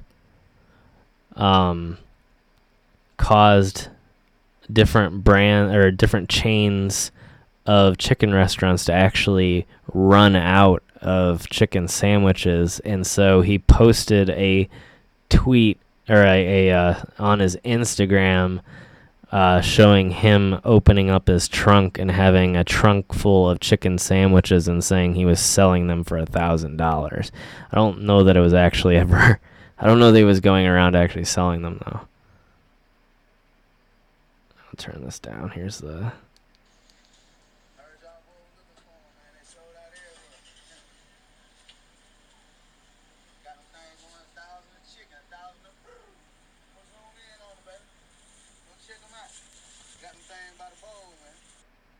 Okay.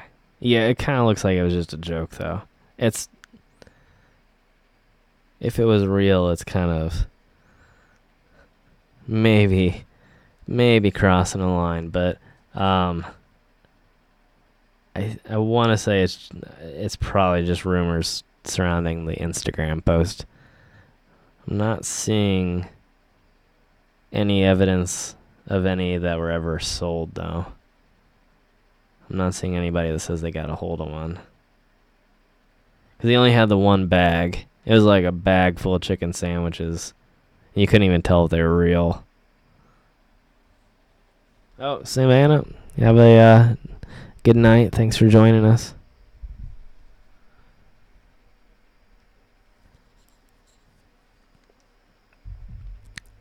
Yeah, essentially. Yeah. I mean, that's truthfully, I'm sure they didn't mind. That's a fast food restaurant's dream right there.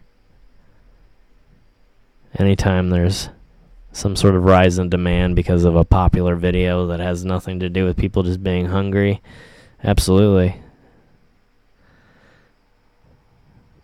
It's kind of an interesting thought, but yeah. There's a lot of that anymore. There's a lot of foods made for gimmicks, foods that we would never consume, things that are way too hot, the potato chip challenge, the one chip challenge, you would never get that because you like eating chips that hurt, but at the same time they're creating demand for a product that's well beyond what it actually their original intention, which was to be food, or challenges at restaurants, your food's free if you can eat these hot chicken wings or this 15 pounds of beef, and the only caveat is that if you can't create or you can't complete the challenge, you have to pay the full amount. It creates this sort of demand it's really sort of fake. It's not necessarily bad, but it's not real though. There's never in life are you going to be presented with a basket of chicken wings that are incredibly hot and told that if you can't eat those chicken wings, you're not going to be able to pay the bills for the month. It's never going to happen, but that demand's there because everybody wants their picture on the wall, everybody wants the t-shirt, everybody wants the story behind it, so you create that demand. It's genius, I guess, in terms of business.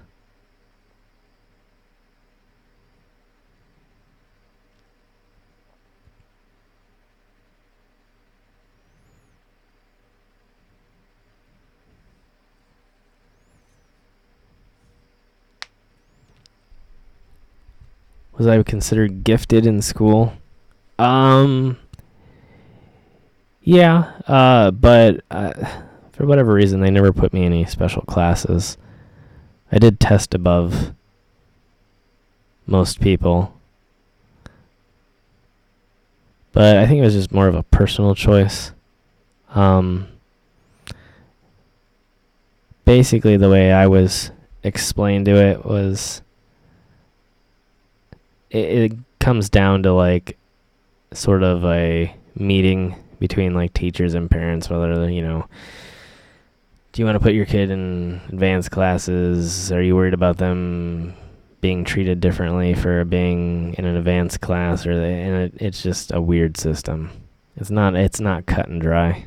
So I kind of tested it, but I never saw the benefits of it.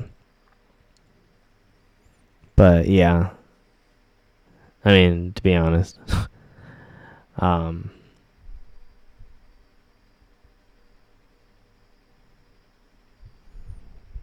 yeah, the cheese shells or whatever. Yeah, if that's the one, I kind of actually know how to make those too. But it's fake cheese. It's like I mean, it's not fake cheese, but it's fake processed oil-based cheese. You know, like cheap American cheese. Hey there, Francisca. Welcome to the live stream.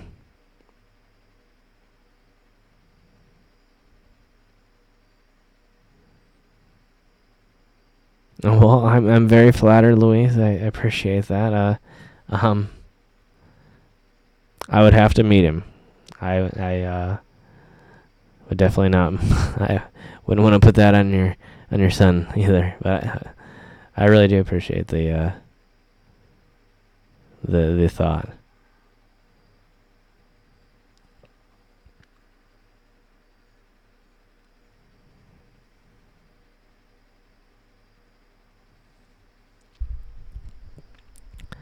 I always kind of thought they should have done at least the one grade, because technically I missed the cutoff for my kindergarten class, 'cause I didn't start until I was 6 years old, because the cutoff date was 2 weeks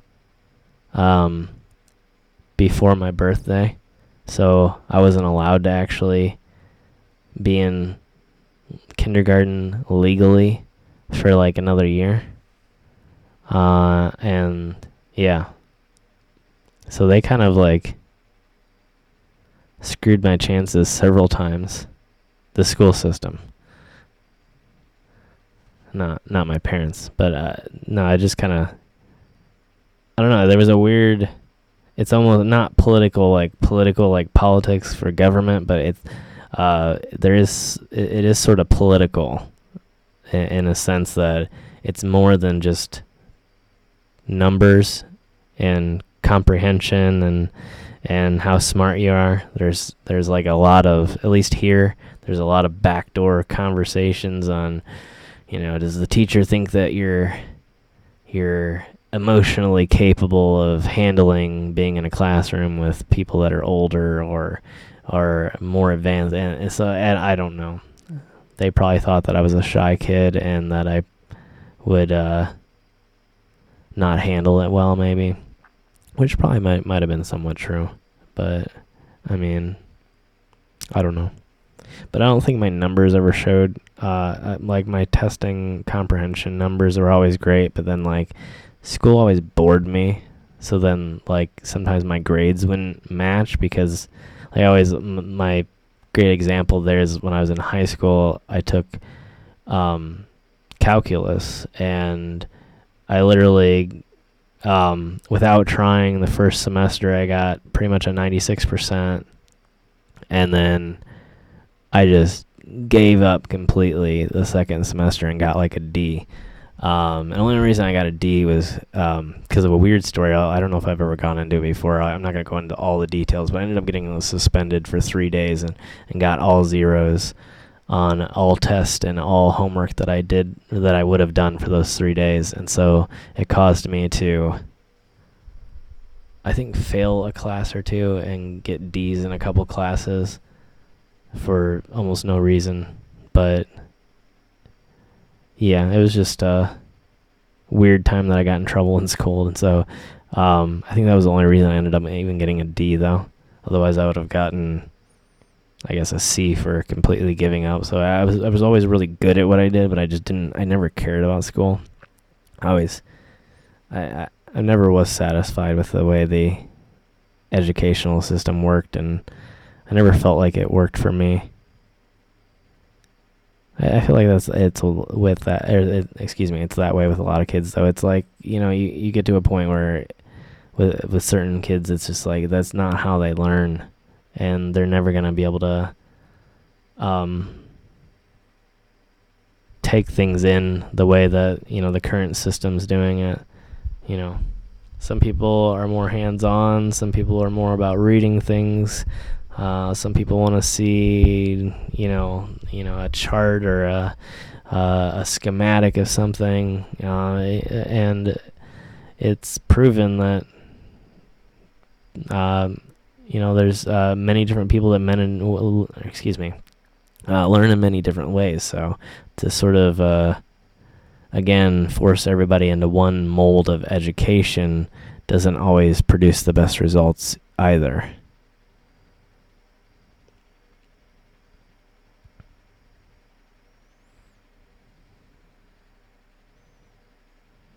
Zodiacs, as somebody just said it last time that I streamed, I can't remember. I don't pay attention to any of that.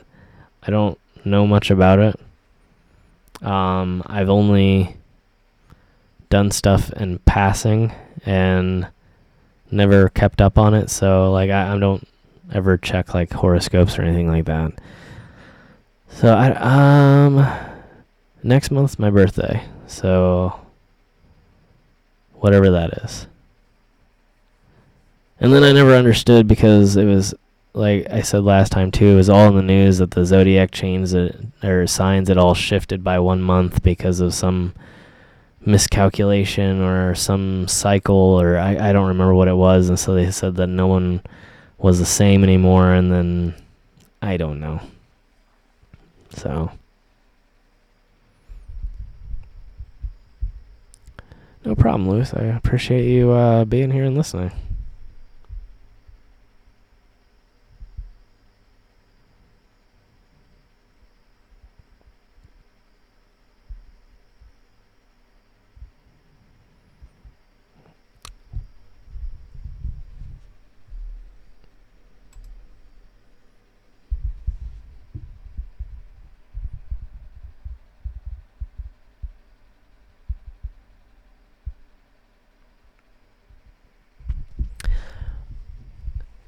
Yeah, I guess maybe it was curriculum with me. I don't know. I think it was,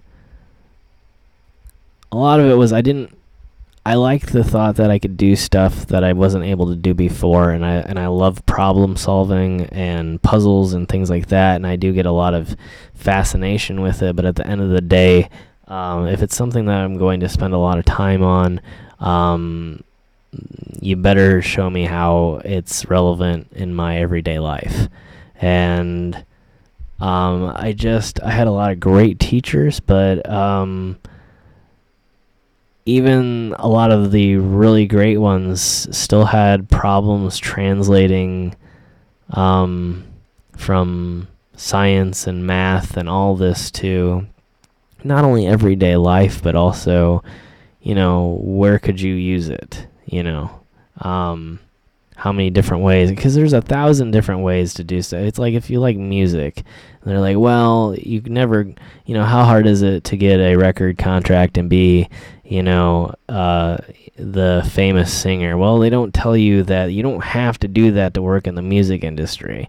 You don't have to be, a signed record or signed recording artist. You can, be a local, either a local recording artist or a local performance artist. You can even do things like, the bands that are rented out for weddings, things like that. It's like there's so many different ways to make money in music, but then did they ever tell me about that? No. And honestly, I probably would have gone into that if they would have said something like that, because I probably loved music more than I loved computers back in the day when I decided to go to school for computers. But even then, they didn't really truly explain to me about computers, the career side of it. And so they ended up going, okay, well, you really love computers, here's a field. And then they put me into this weird field where it was like I really didn't even end up enjoying anything that I was doing. And so I ended up switching around a lot, and ultimately I felt like I probably would have been happier had they put me into something that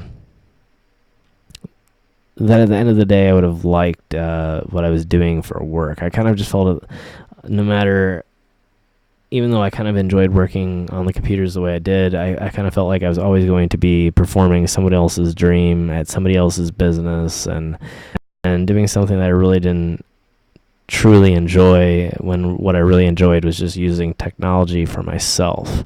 And so, yeah, I kind of felt like maybe if instead of like computer science and all that type of stuff, I would have went into more of like the security side of things, sort of like the anti-hackers type of thing. Maybe I would have been more happy with the IT field and would have been more interested in the types of jobs that were available. But I never had anybody there. My advisors were not very knowledgeable on computers to begin with, and so they sort of just were like, well, we have this degree and that requires these prerequisites here.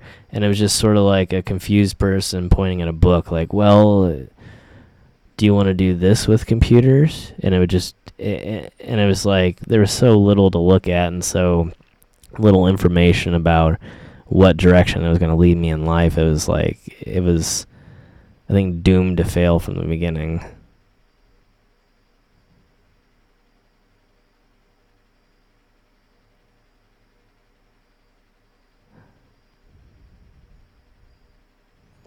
Supposed to be an October baby. Well, yeah, sometimes they miscalculate. I think it's hard to have an exact science on gestation periods. Well, good to have you back, Agnes. Sorry you lost the stream for a bit.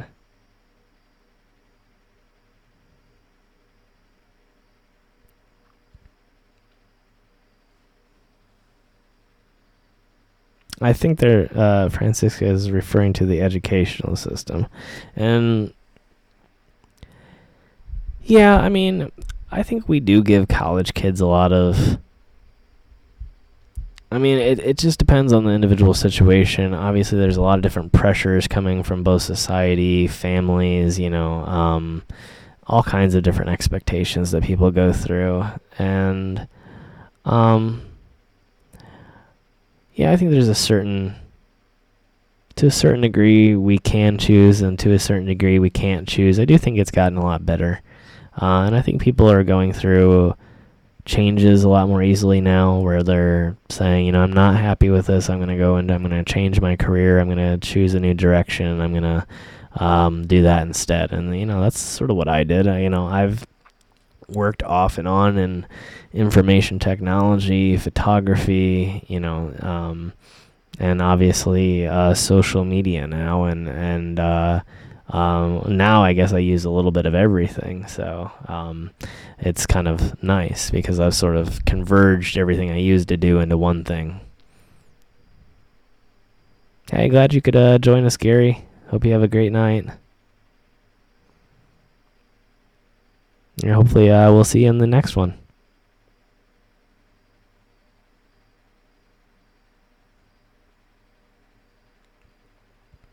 Oh, yeah. The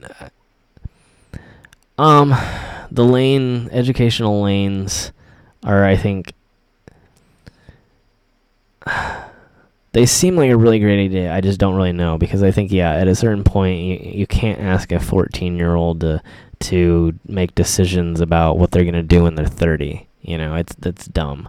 But at the same time, it's like, had I been singled out as the art kid or the technology kid and sort of put into that more centric of an educational system where they tried to make those talents flourish, then maybe. I don't know how I feel. It's sort of a mixed bag with me for stuff like that. It's like I could see where it could be really a good thing, and then I could see where you could easily get trapped in it. Because, it's like, 14, you're a middle schooler, you're probably not really thinking about, that far ahead in your life, and so you just choose, what you like right then, and maybe it is what you're going to like when you're 30, and maybe it's not, but if you change your mind in your second to last year of school, it's like, how then do you go back and get the full benefit of that system where, the person who had chosen that lane all along got the full benefit all those years, and now you're changing almost at the end and have to somehow catch up. So I think there's challenges, but I mean, there's actually a lot of places here that do it, though. Many people don't go to those high schools, and so I think a lot of people don't realize that they exist, that there are music high schools and tech high schools and things like that in the U.S. I think there's even a few drama-centric high schools in like places like California, where there is no real sports programs. There's no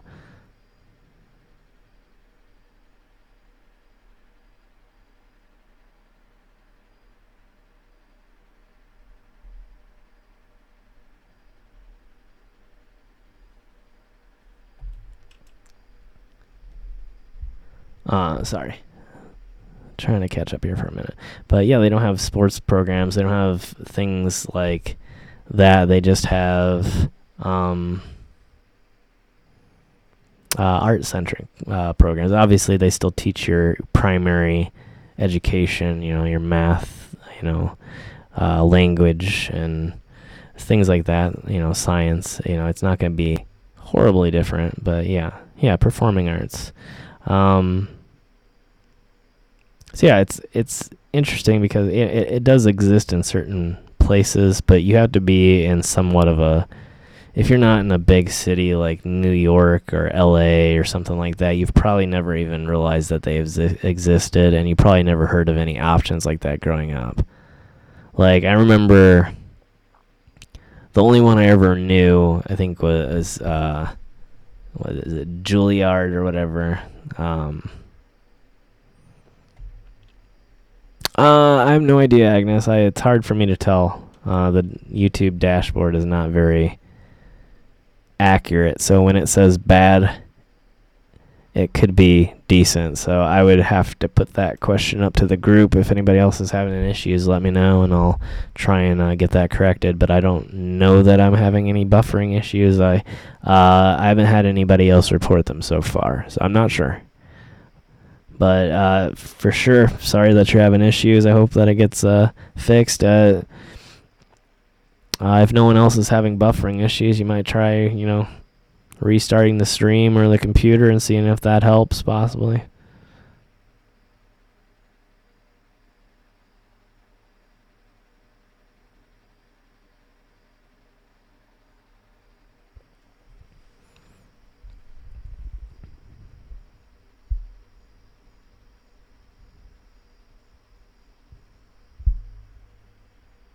Okay, good, Jade. Yeah.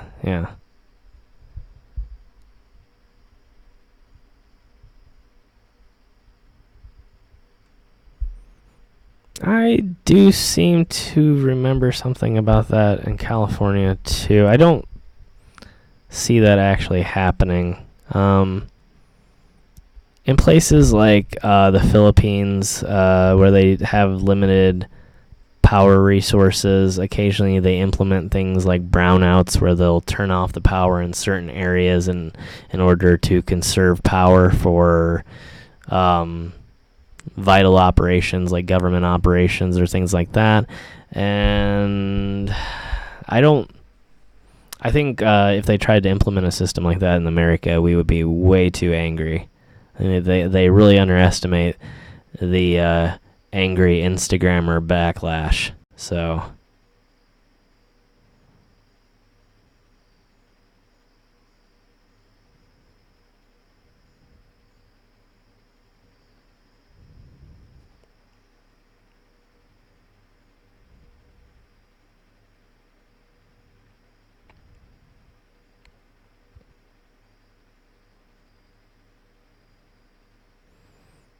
thanks for joining us, Jamie.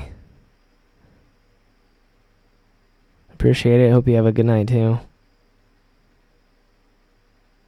Good to hear, Laura. Yeah, I didn't realize we've been going on for this long. We've almost been doing this 2.5 hours now. Oh, I see.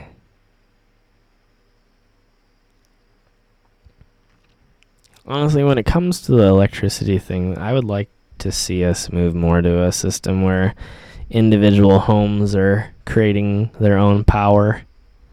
I think we'll see a lot more of that here soon, where we're not so dependent on the grid, with things like the new large format house batteries that Elon Musk has been creating, and solar roof tile or shingles, are something that are being developed right now. So I think that we're going more towards the way of, at least for individual houses, I think it'll go the way of actually disconnecting from the grid altogether. I don't think that outside of large cities, there's going to be much, except for government buildings and maybe small towns, things like that. I don't think there's going to be much of a use for the grid for individual homes in the future. I don't think it's going to make sense to rely on this gigantic network of power stations when you could just as easily throw on some solar shingles and in a wind turbine in your backyard, maybe and power your home. And also notably, our devices are getting far more efficient.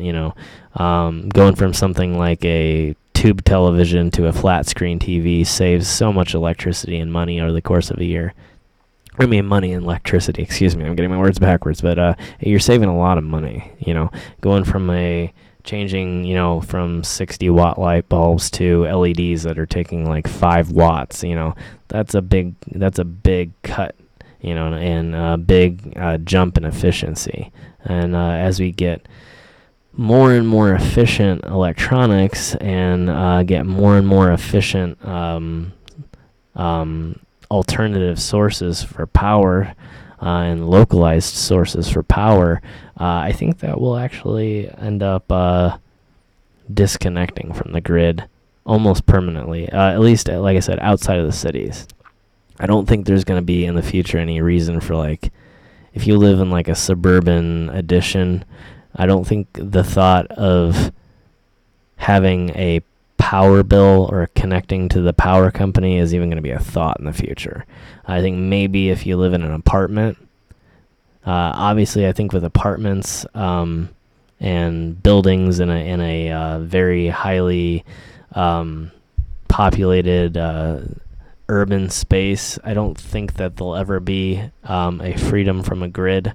But I think that the idea of taking individual buildings, small buildings, and somehow needing to connect them to the grid or to pay an electrical bill will most certainly become a thing of the past, and probably sooner than later.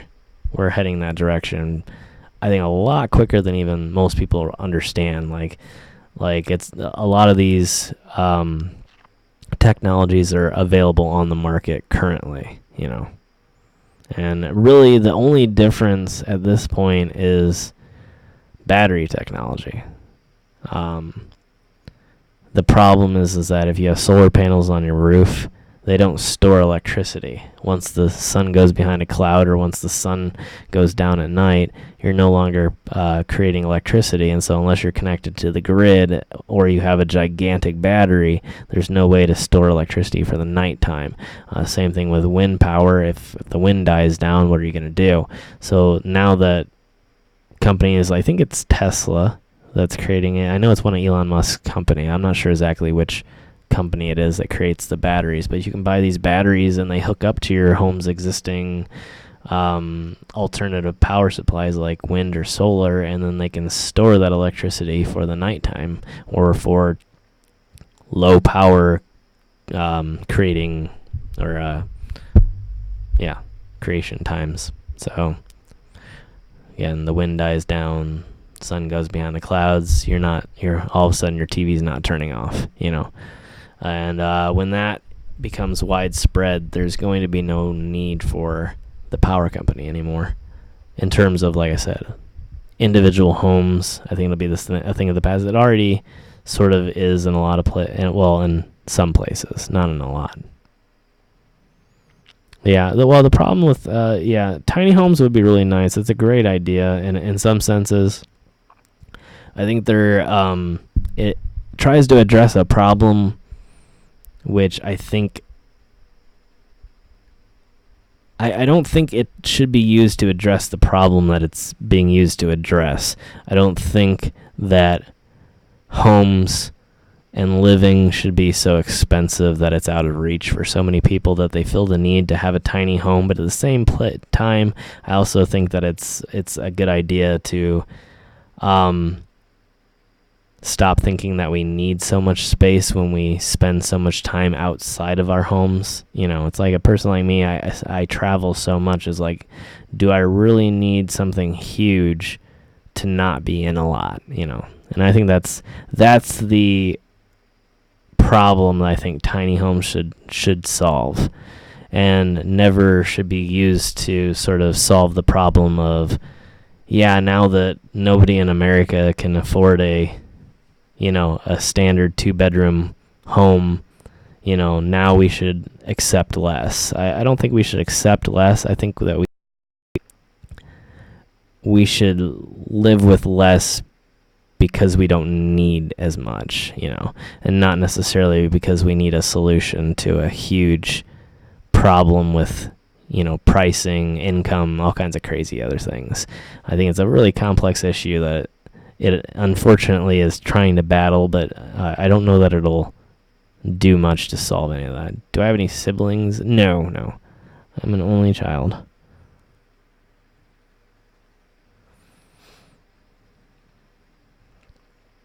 Yeah, so I love tiny homes.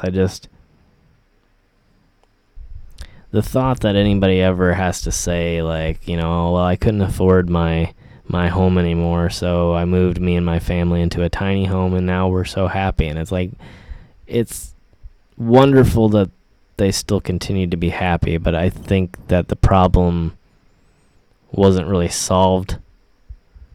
That there's a still huge systemic problem where there's a lot of people that just can't afford to live, and how do we solve that? But I would love to have a tiny home, though. I think they're really cool. But yeah, I think the cool thing about the tiny home community is that the good side of it, and that's the side of it where it's sort of teaching people a different way of living. And I think that sort of, I don't think the tiny home community can claim that, though. Unfortunately, I think that also belongs to the RV community. And Lewis, like you're saying, the full-time RVers sort of pioneered that idea of, people live in permanent structures all the time, and that's not necessarily been the case in history. There's been a lot of societies that were famously nomadic, and some of them still exist to this day, and it is a normal fashion of life, even though a lot of us no longer do it.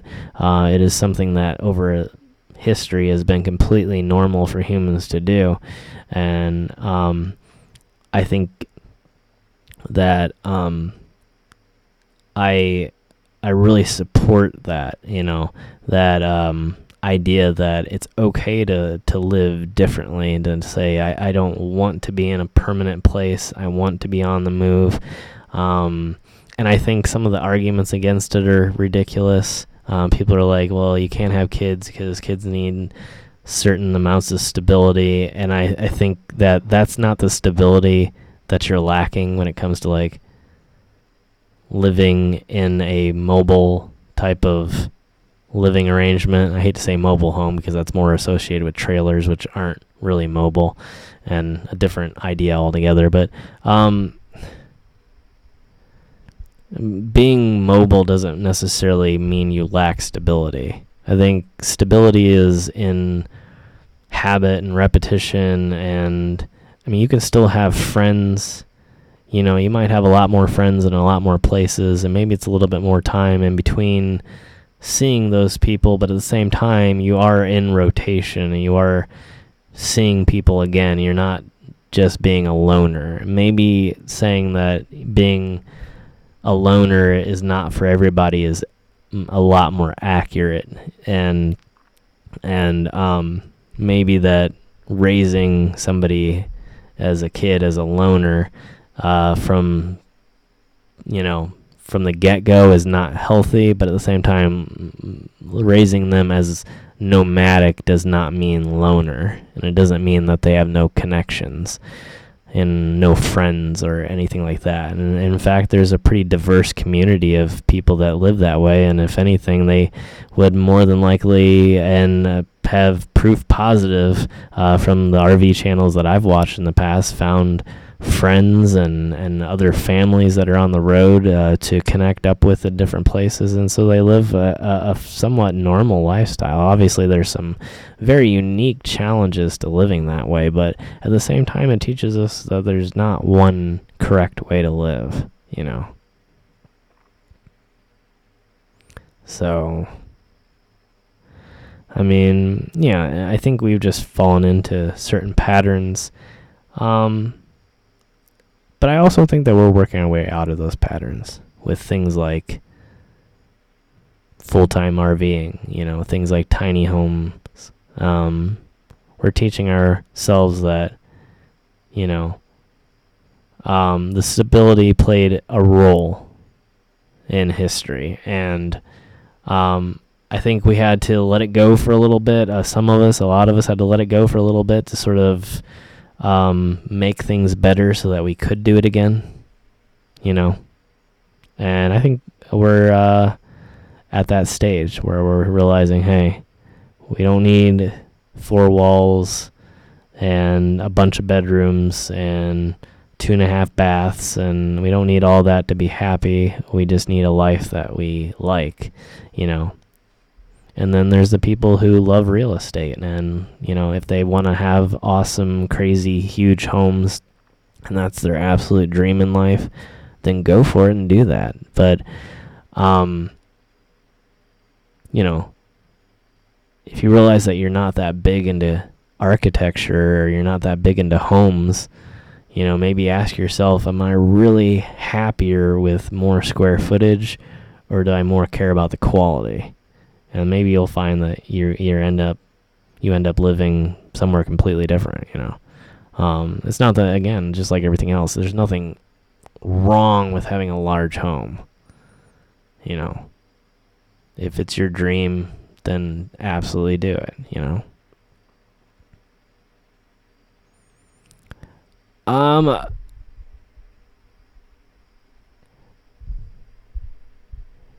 I might do a quick rundown here in a second of the tattoos. I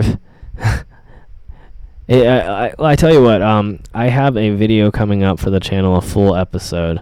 One of the episodes coming out, well, a bunch of full episodes I've been planning out, and one of those is going back and re-answering and sometimes answering for the first time possibly some of the most asked questions that I get on across all forms of social media. And I'm going to go maybe the top 10, top 20 questions and sort of go over everything.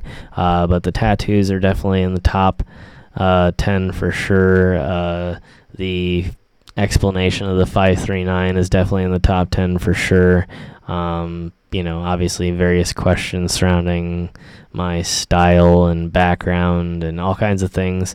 And I've probably explained it about, not that obviously I'm no insult as a great question, but I probably explained it 5 or 6 times on various streams, and so I think I'm going to save that particular one for the upcoming episode, since I'm going to be doing it, and I'll have a little bit more of a chance to, or I should say, I'll have more of a chance to get into detail on it, since we're just sort of having a general discussion tonight. And if I do the tattoo thing now, I guarantee I'm going to do it the quick version, and I'm not going to give you the answer that you're looking for. But yeah, without going into each individual one, long story short, they're just sort of rock and roll style tattoos with a lot of stories behind them. So, but I'll go into that more in depth in the upcoming episode.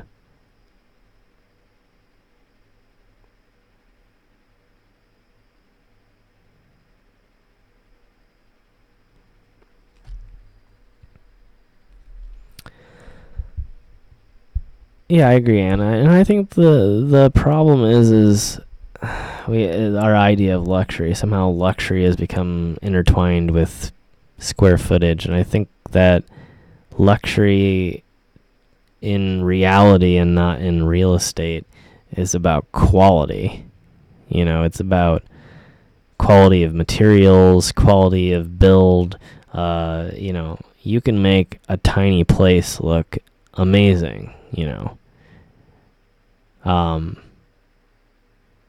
if you put the same materials that you used on the bigger, richer homes on smaller homes, they still look amazing, So this idea that the square footage is what defines success is kind of dumb. So, I mean, yeah, I think a lot of people would be probably a lot happier with smaller homes that were made better,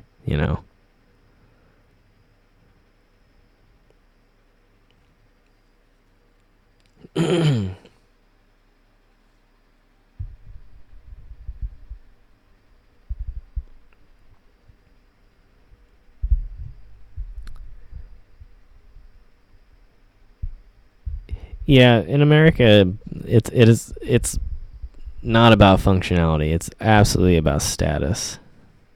That's why there's mansions in America with there's actually mansions with more bathrooms than there are bedrooms. I heard a crazy one the other day. It was something like I want to say it had nearly double the amount of bathrooms as it had bedrooms. Like each bedroom had their own individual bathroom, and then there were like 5 more common area bathrooms in like the basement, the kitchen, the living room. Essentially every room in the house also had a matching bathroom.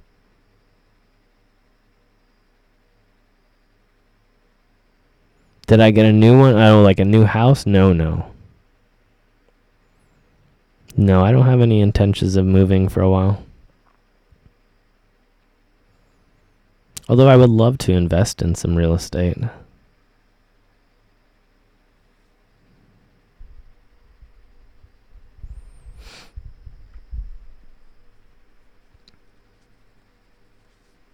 But yeah, I think like things like where people, it's like where successful single people will buy these just mammoth mansions. They're not necessarily even mansions, like even like just regular homes.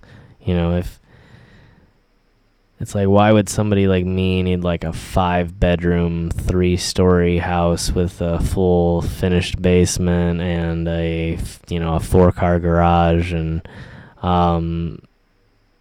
it's like there's a certain amount or point where it becomes excess, where I could just have a 2 or 3 bedroom, enough that, if I had guests, I could have some place for them to stay and make it better.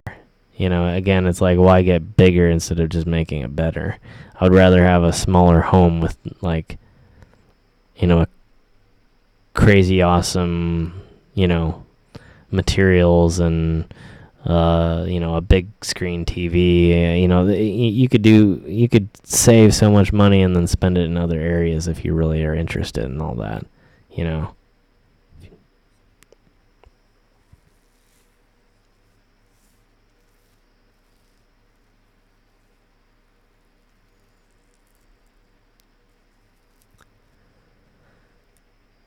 Yeah, the only problem with the tiny home idea for me is that I like driving, and I don't like towing things. I don't think it would be if I could have like some sort of system where it was like Uber, but for like RVs or campers, where you could pay somebody and there are systems like that, but they're pretty expensive. But where you could pay somebody to take your camper to the next location and drop it off so that you had a free place to stay that was always yours. It was your home, but you didn't necessarily have to be the one to drag it all around the country behind your huge truck. I don't like big vehicles to begin with, so that's kind of my problem with that. Like, I love smaller cars. I love driving regular cars. It's one of my other joys in life is driving. That's why I drive everywhere. That's why I drove, on a 5,000 plus mile road trip last year. That's why I'm, heading out west again this year. That's why I drove to Alabama earlier this year. So yeah, I mean, I love driving, and the thought of towing a camper or a tiny home or driving an RV sounds terrible to me. Although the idea of having an RV or having a camper sounds awesome. I just don't want to drive it. Sounds picky, but I would rather spend the money on hotels at this point than to have to drag my home with me. But I do love them, though. That being said, I love the idea of campers, RVs. I think that's incredible. I don't want to drive a huge boat around. And in fact, I would rather have a houseboat and try to find a river. I think the houseboats are awesome.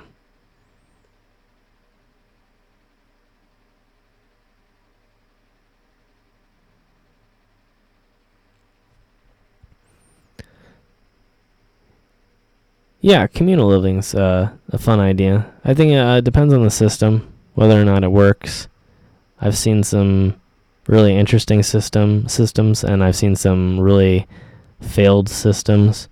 But there is it might be Canada. I thought it was the United States, but I think it's Canada. There actually is a fully functioning... I'm going to have to look it up because I can't remember. It's either California or Canada. And it's a fully functioning commune, but it's no different from like a normal... It's a very well-functioning commune, so it's like an addition. There's full...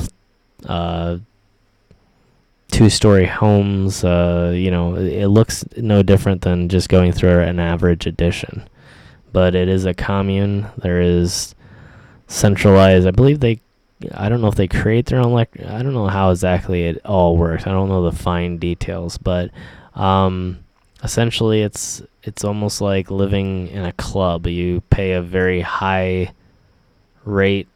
I think that's how that one works. But it's sort of like a mix between like a utopian society and a modern day commune. It's an interesting system, but in a very remote few places, it actually does work very well. Will I be coming to Texas? It's looking like I'm going to be at least driving through Texas. I am going to be taking sort of the Route 66 route out west this time, so that I get to hit a few more states that I didn't get to go to last time. And also just checking a few places off in general, states that I've never been to ever. Texas is definitely one of those. I can't remember all of these states. I believe it's Texas, Oklahoma, Arizona. I know those at least that I'll be going through for the first time. Possibly Kansas, I think. I'm not sure. Maybe Missouri. I'm not sure the exact route that I'm taking through. I need to start planning. I know the date that I'm probably leaving, but I don't really know in terms of where I'm staying in between, where I'm stopping in between. I do have stuff marked off in almost every state, but at the same time, I don't know what the volume is. I can't remember what the volume is along the way. I'm pretty sure on the Route 66 one I have a lot of stuff marked though.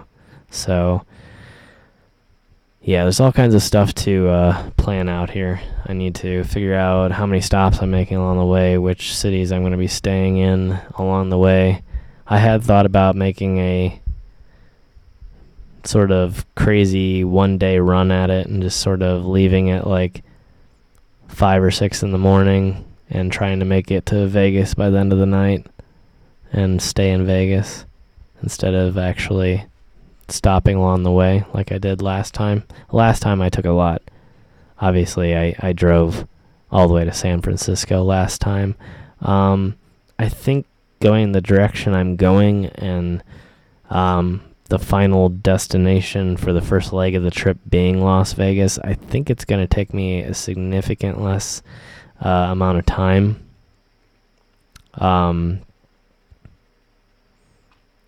But I can't remember because it's been a while since I looked up. Because I was thinking about last time doing it that way, going to Vegas first, and then from Vegas going to California and staying a week in California. But I ended up opting to stop in California first. So it kind of ended up changing that whole plan. So I took a completely different route last time. Ended up taking I-80 all the way across the country. So, yeah, it should be interesting.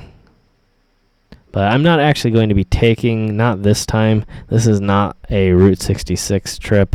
I may be stopping along the way at some Route 66 locations, but I am not going to be taking historic Route 66. I will be trying to make fairly good time. I do have some deadlines to make. Sort of in Las Vegas. I don't know that the locations I'm going to be meeting up with people at are actually, I don't think any of them are actually in Vegas. But we do have a few hotels planned out, so there are going to be some guaranteed plans that I have to be meeting people at certain dates. So, yeah, I don't really know on the details of the travel yet, so I have to kind of make a decision. Where do I want to stop along the way? How much filming do I want to do along the way? And do I want to just make a crazy dash towards Nevada and try and make it in one day? Which the stipulation there, I would say, if it's around the 16-hour mark, I might be able to do it. Anything more than that, I probably could, but I wouldn't want to try it because I don't want to be dangerous on the road, and I definitely don't want to endanger anybody else.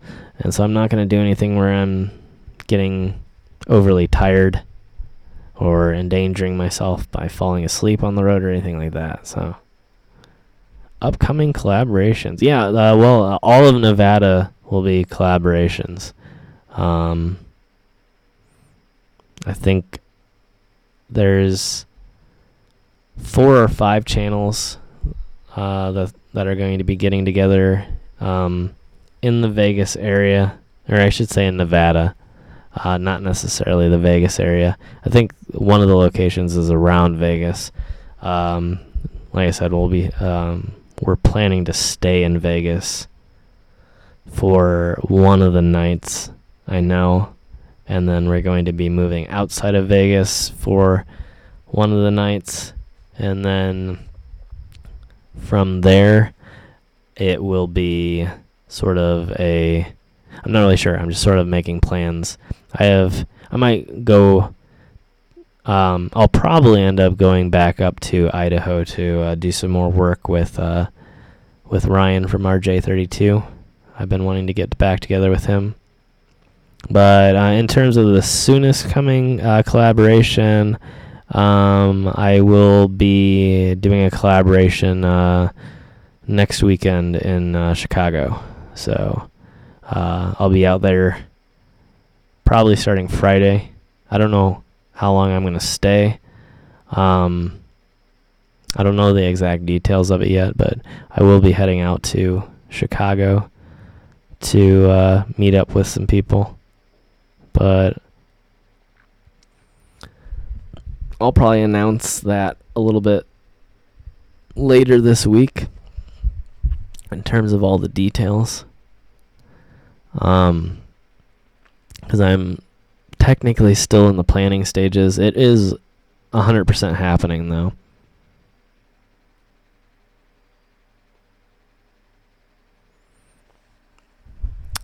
My apologies to those of you out there having some issues. Let me look at my stats here.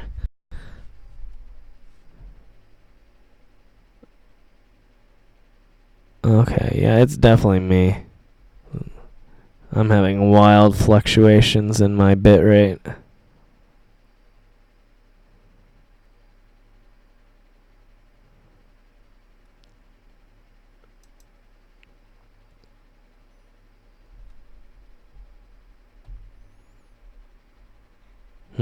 Yeah, I'm not really sure. That's very strange. But it's definitely on my end for this one. I can see it dipping. So about 5,000 kilobits in that area is what you need to be transmitting at to get a good 1080p, high quality, high definition broadcast. And it keeps dipping from in the 5,000s all the way down to like 100, like randomly. It's not saying what end it's on though, so I think it's on somebody. It must be YouTube. Maybe they're doing some maintenance, because system resources wise, I'm not actually taking up a lot. It's actually doing really well, and so it makes me think that maybe there's some weird activity going on server side. So I don't know why it's dipping, but yeah.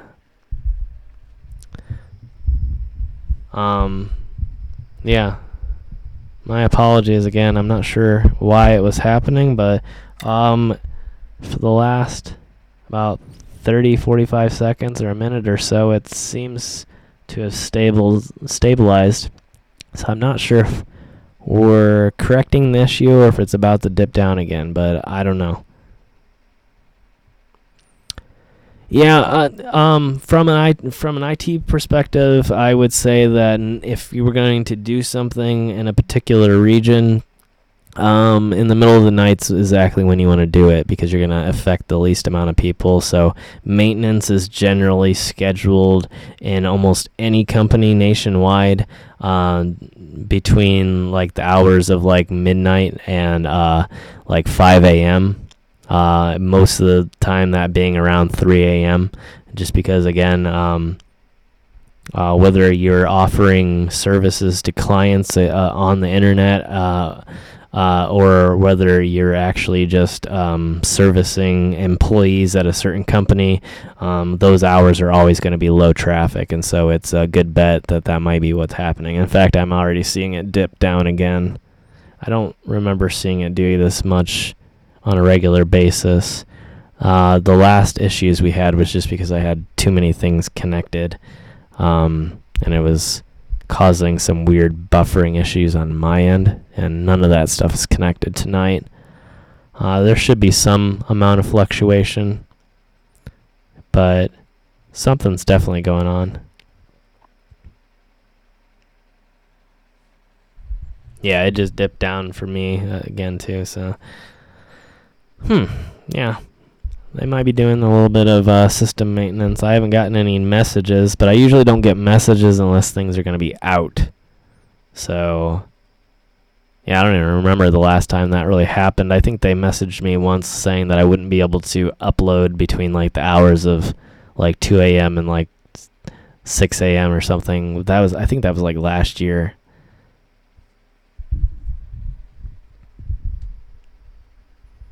But yeah, occasionally I'll come upon messages like that, but they didn't say anything. And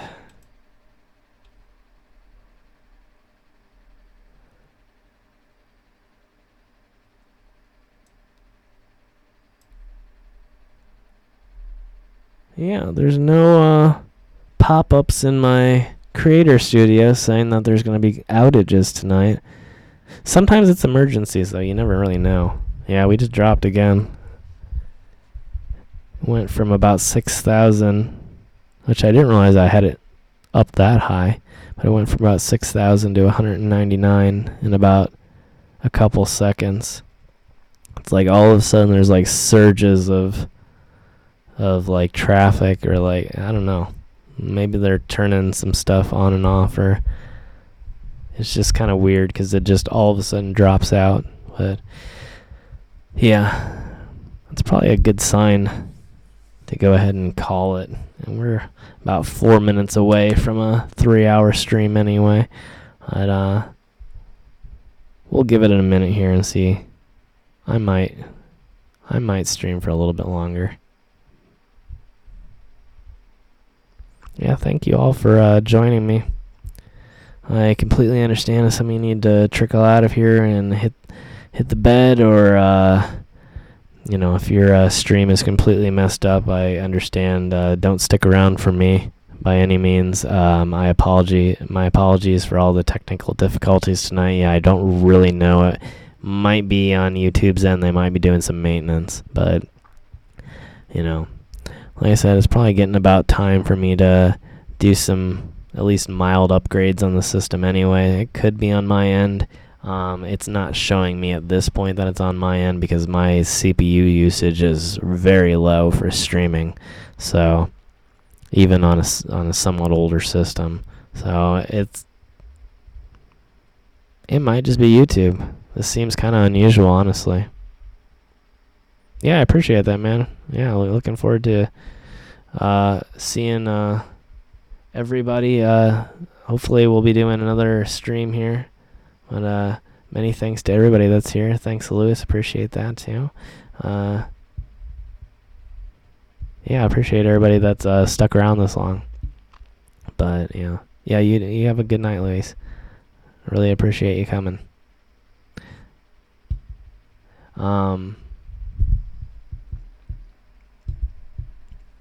And hopefully nobody gets offended. Sometimes I throw around terms like dude and guy and man, and I don't really mean it or even realize I even said it. So if, like, you're one of my female viewers and I accidentally called you man or dude or whatever, I usually call everybody dude, though, so, like, please don't be offended, anybody. Like, I'm not trying to, like, get your gender wrong. I don't care in terms of what you consider yourself or whatever it is. It's all good with me. I'm just sort of talking, straight from, it's sort of like stream of consciousness for me. So obviously I can't get everything right all the time, but yeah. I appreciate you all being here, though.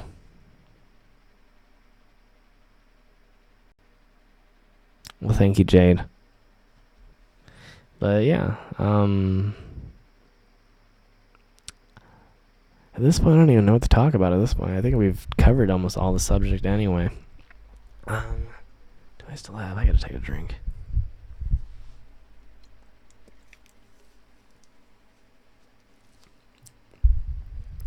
Well, I would never call you any names, Agnes. I'll just call you Agnes.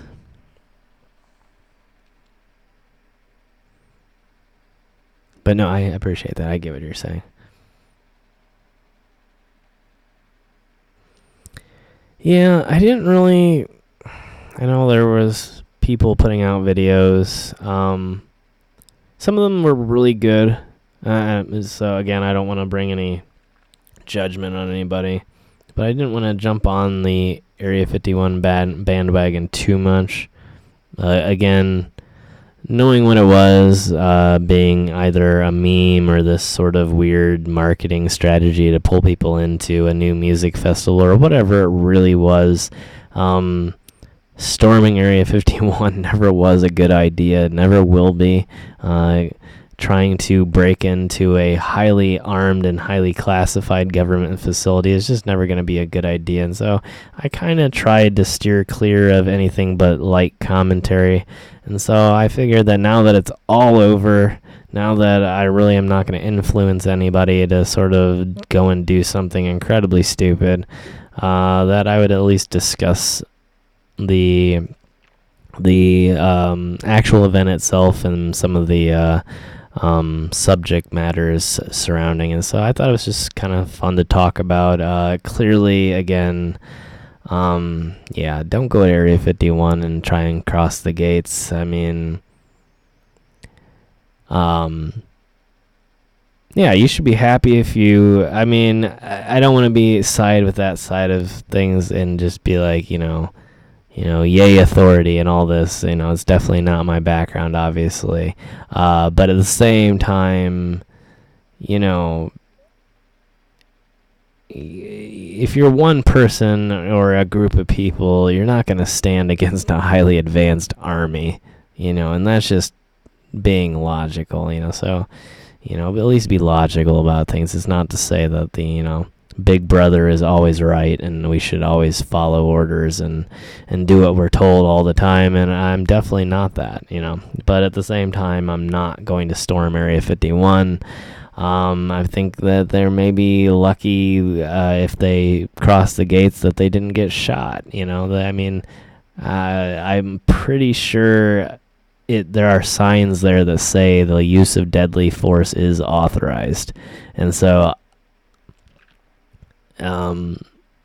it wouldn't be worth my life, at least not for that. You gotta think at a certain point, if aliens wanted to come down and make their presence known, they could do it without, if they're that powerful, our government couldn't stop them. So, if they really don't want us to even know that we're there, that's probably not going to be something that we accomplish either. So storming Area 51 just is not going to solve anything.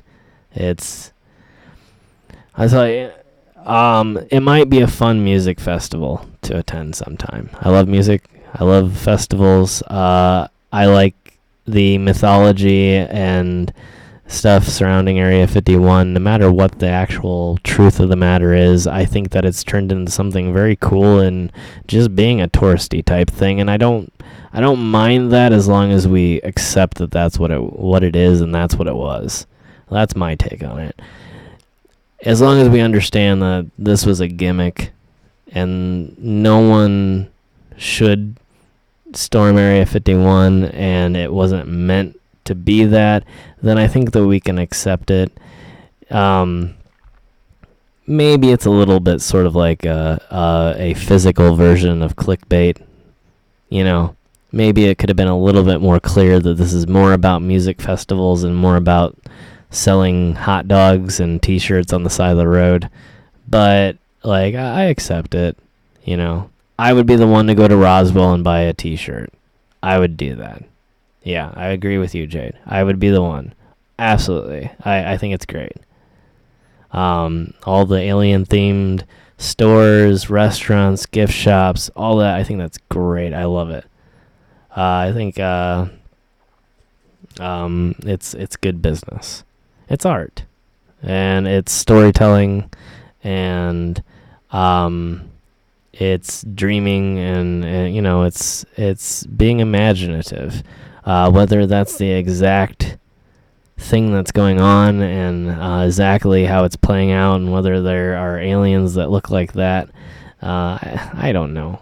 But, I have enough science to back up what I do believe, that I don't mind that things like that exist. So let it exist, but maybe, I guess in terms of this and what happened, like maybe be a little bit more clear the next time that you want to make a brand new music festival. And I don't know, I'm just postulating. There may be no link. I just think it's kind of weird that after everything, the cops were over-prepared and the vendors were there waiting and the porta potties were already set up and ready to go. And if we were just worried about a huge crowd of people that were storming a top-secret military base, helping them be comfortable would be the last thing in the plan. Making sure that they were welcome and had a place to stay and had food to eat and water to drink and Wi-Fi to upload their Instagram photos with, that wouldn't have happened if they hadn't known and planned for it for a while. And so there was at least a point in time where they said, hey, this is going to be more touristy than actually stormy, So I don't know. It feels a little bit contrived. So I'd like to do a little bit more research on that side of things, and maybe we can talk about that later. But yeah, that was kind of my thoughts on it. I don't know what to think about how it turned so quickly from, wow, there's a lot of people that might try to make it into the base, to, hey, do you guys want to come out here and perform with your local band? And do you want to come out here and sell T-shirts to a bunch of alien, believers and supporters and paranormal researchers and things like that? Which is sort of what it is on an everyday basis. It just was sort of like that amplified, I did not turn out the way I expected it to. Although I will say I was correct. I think a few people said that no one would show up, and I always did say that there would be people that show up, and that I said there would be a few that tried to possibly cross, and there was at least the one person that did cross and was arrested. They were only fined, and I'm sure that they're actually free now. But as I did predict, there would be some actual people show up, and but to predict that it would kind of turn into this, turn into the festival with the way it did, the way that it kind of came out and seemed like it was already planned. I could totally see it like turning into an event where they do it again, and they're like, well, hey, maybe next year, I could see that. But the way it sort of turned out to be already in a planned event and seems to already have a sequel in the works, and it already has a name and a location and vendors, and like it just seemed a little bit too planned out, too coordinated maybe. But I don't know. That's my ideas on it anyway. But yeah, at any rate, we've passed the 3-hour mark. Thank you all so much for joining me tonight. Maybe one of these nights here soon, maybe after I get back from Nevada next month, we'll maybe try and do another run for the record and do an all-night stream here again, and maybe we'll try for a 12-hour stream, or maybe we'll try for a 24-hour stream one of these days. Who knows? We'll have to see what happens. But at any rate, we're not going to do that tonight, and I have some travel plans to be making. Again, I have to be in Chicago either Friday or Saturday, or maybe both. Maybe all weekend. I don't really know, but I will be updating you guys via various forms. I'll probably try to do another stream sometime, and obviously I'll be updating on Instagram and Twitter. I know I've been sort of ignoring Twitter, so if you guys have tweeted at me and I haven't responded, please don't feel like I'm ignoring you. I've been just ignoring Twitter. I've sort of come to the point where I've been a little bit frustrated with Twitter in general over the last few weeks and the last few months, really. just due to some stuff happening in the background that never should have had to happen and never should have happened. And but I think it's finally taken care of, and I've been working with a lot of my friends and a lot of people to sort of bring an end to some bad situations. And so, so my apologies to anybody that got caught up in anything. Again, like I said with my Twitter in the past, if anybody's ever contacted you claiming to be doing something on my behalf, it is not accurate. It is not true. No one will contact you and ask you to do anything, to take any actions on my behalf. No one will ever ask you to physically protect my channel. No one will ever ask you to take any actions against trolls or to take any actions against any other viewers.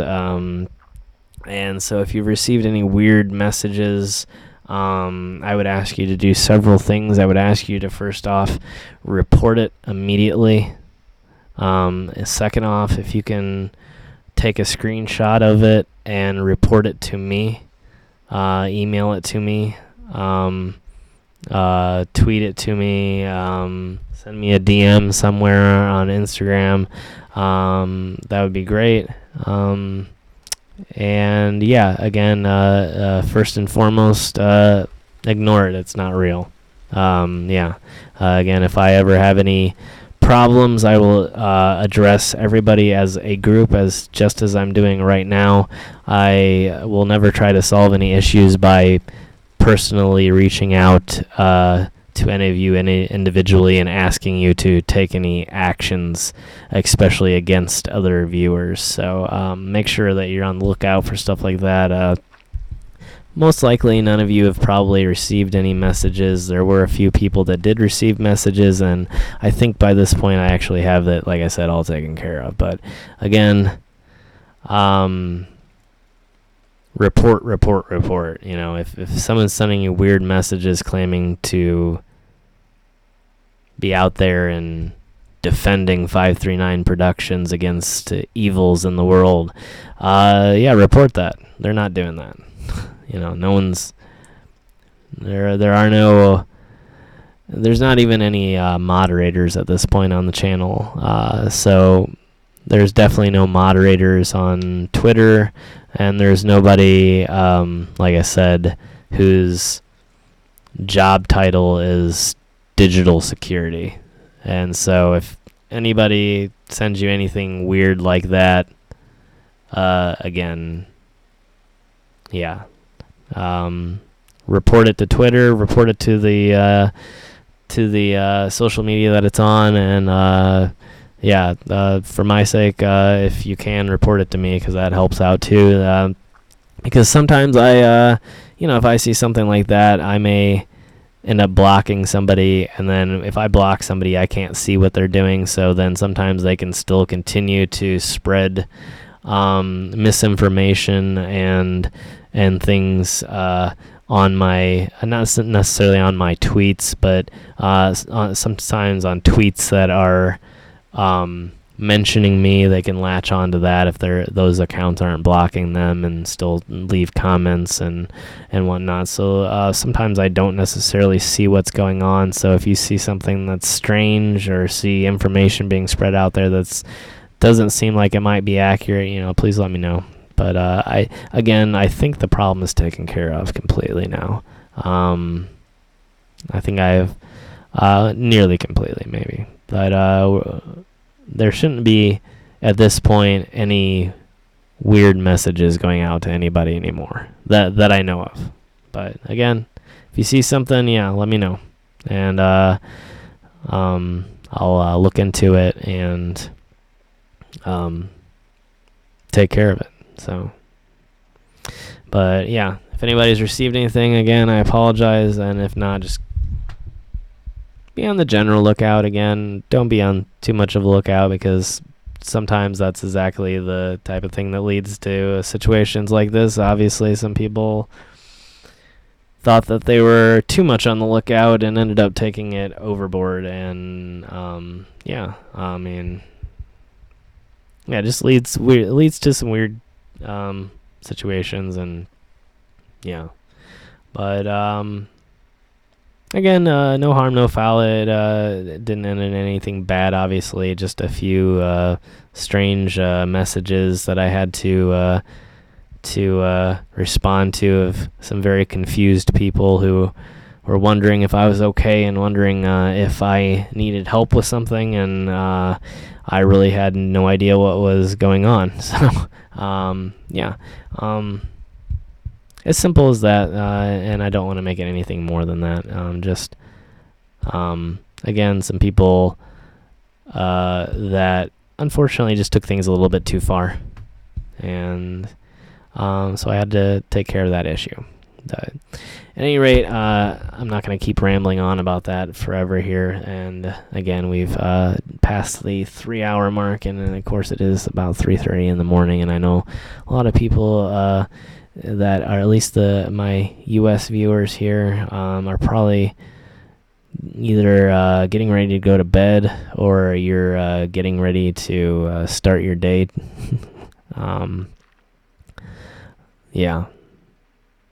So we'll go ahead and end it there for the night. But yeah, just wanted to update everybody on that. But yeah, it does appear to be resolved for the moment, at least. And I will update you, like I said, via probably one of these live streams, or via one of my official social media accounts, if it's not. And other than that, just don't believe anything else you hear, unless it comes from the source, Obviously, if it's one of my friends, you know that you can trust them. But other than that, I would say, unless it comes from me, or it comes from someone that you have seen me work with, don't believe that information. So, but at any rate, thank you guys. Thanks for everybody that stuck around this long. Appreciate you all. I will hopefully be doing another live stream here in a few days. So I'll see you all in the next one. Good night, everybody.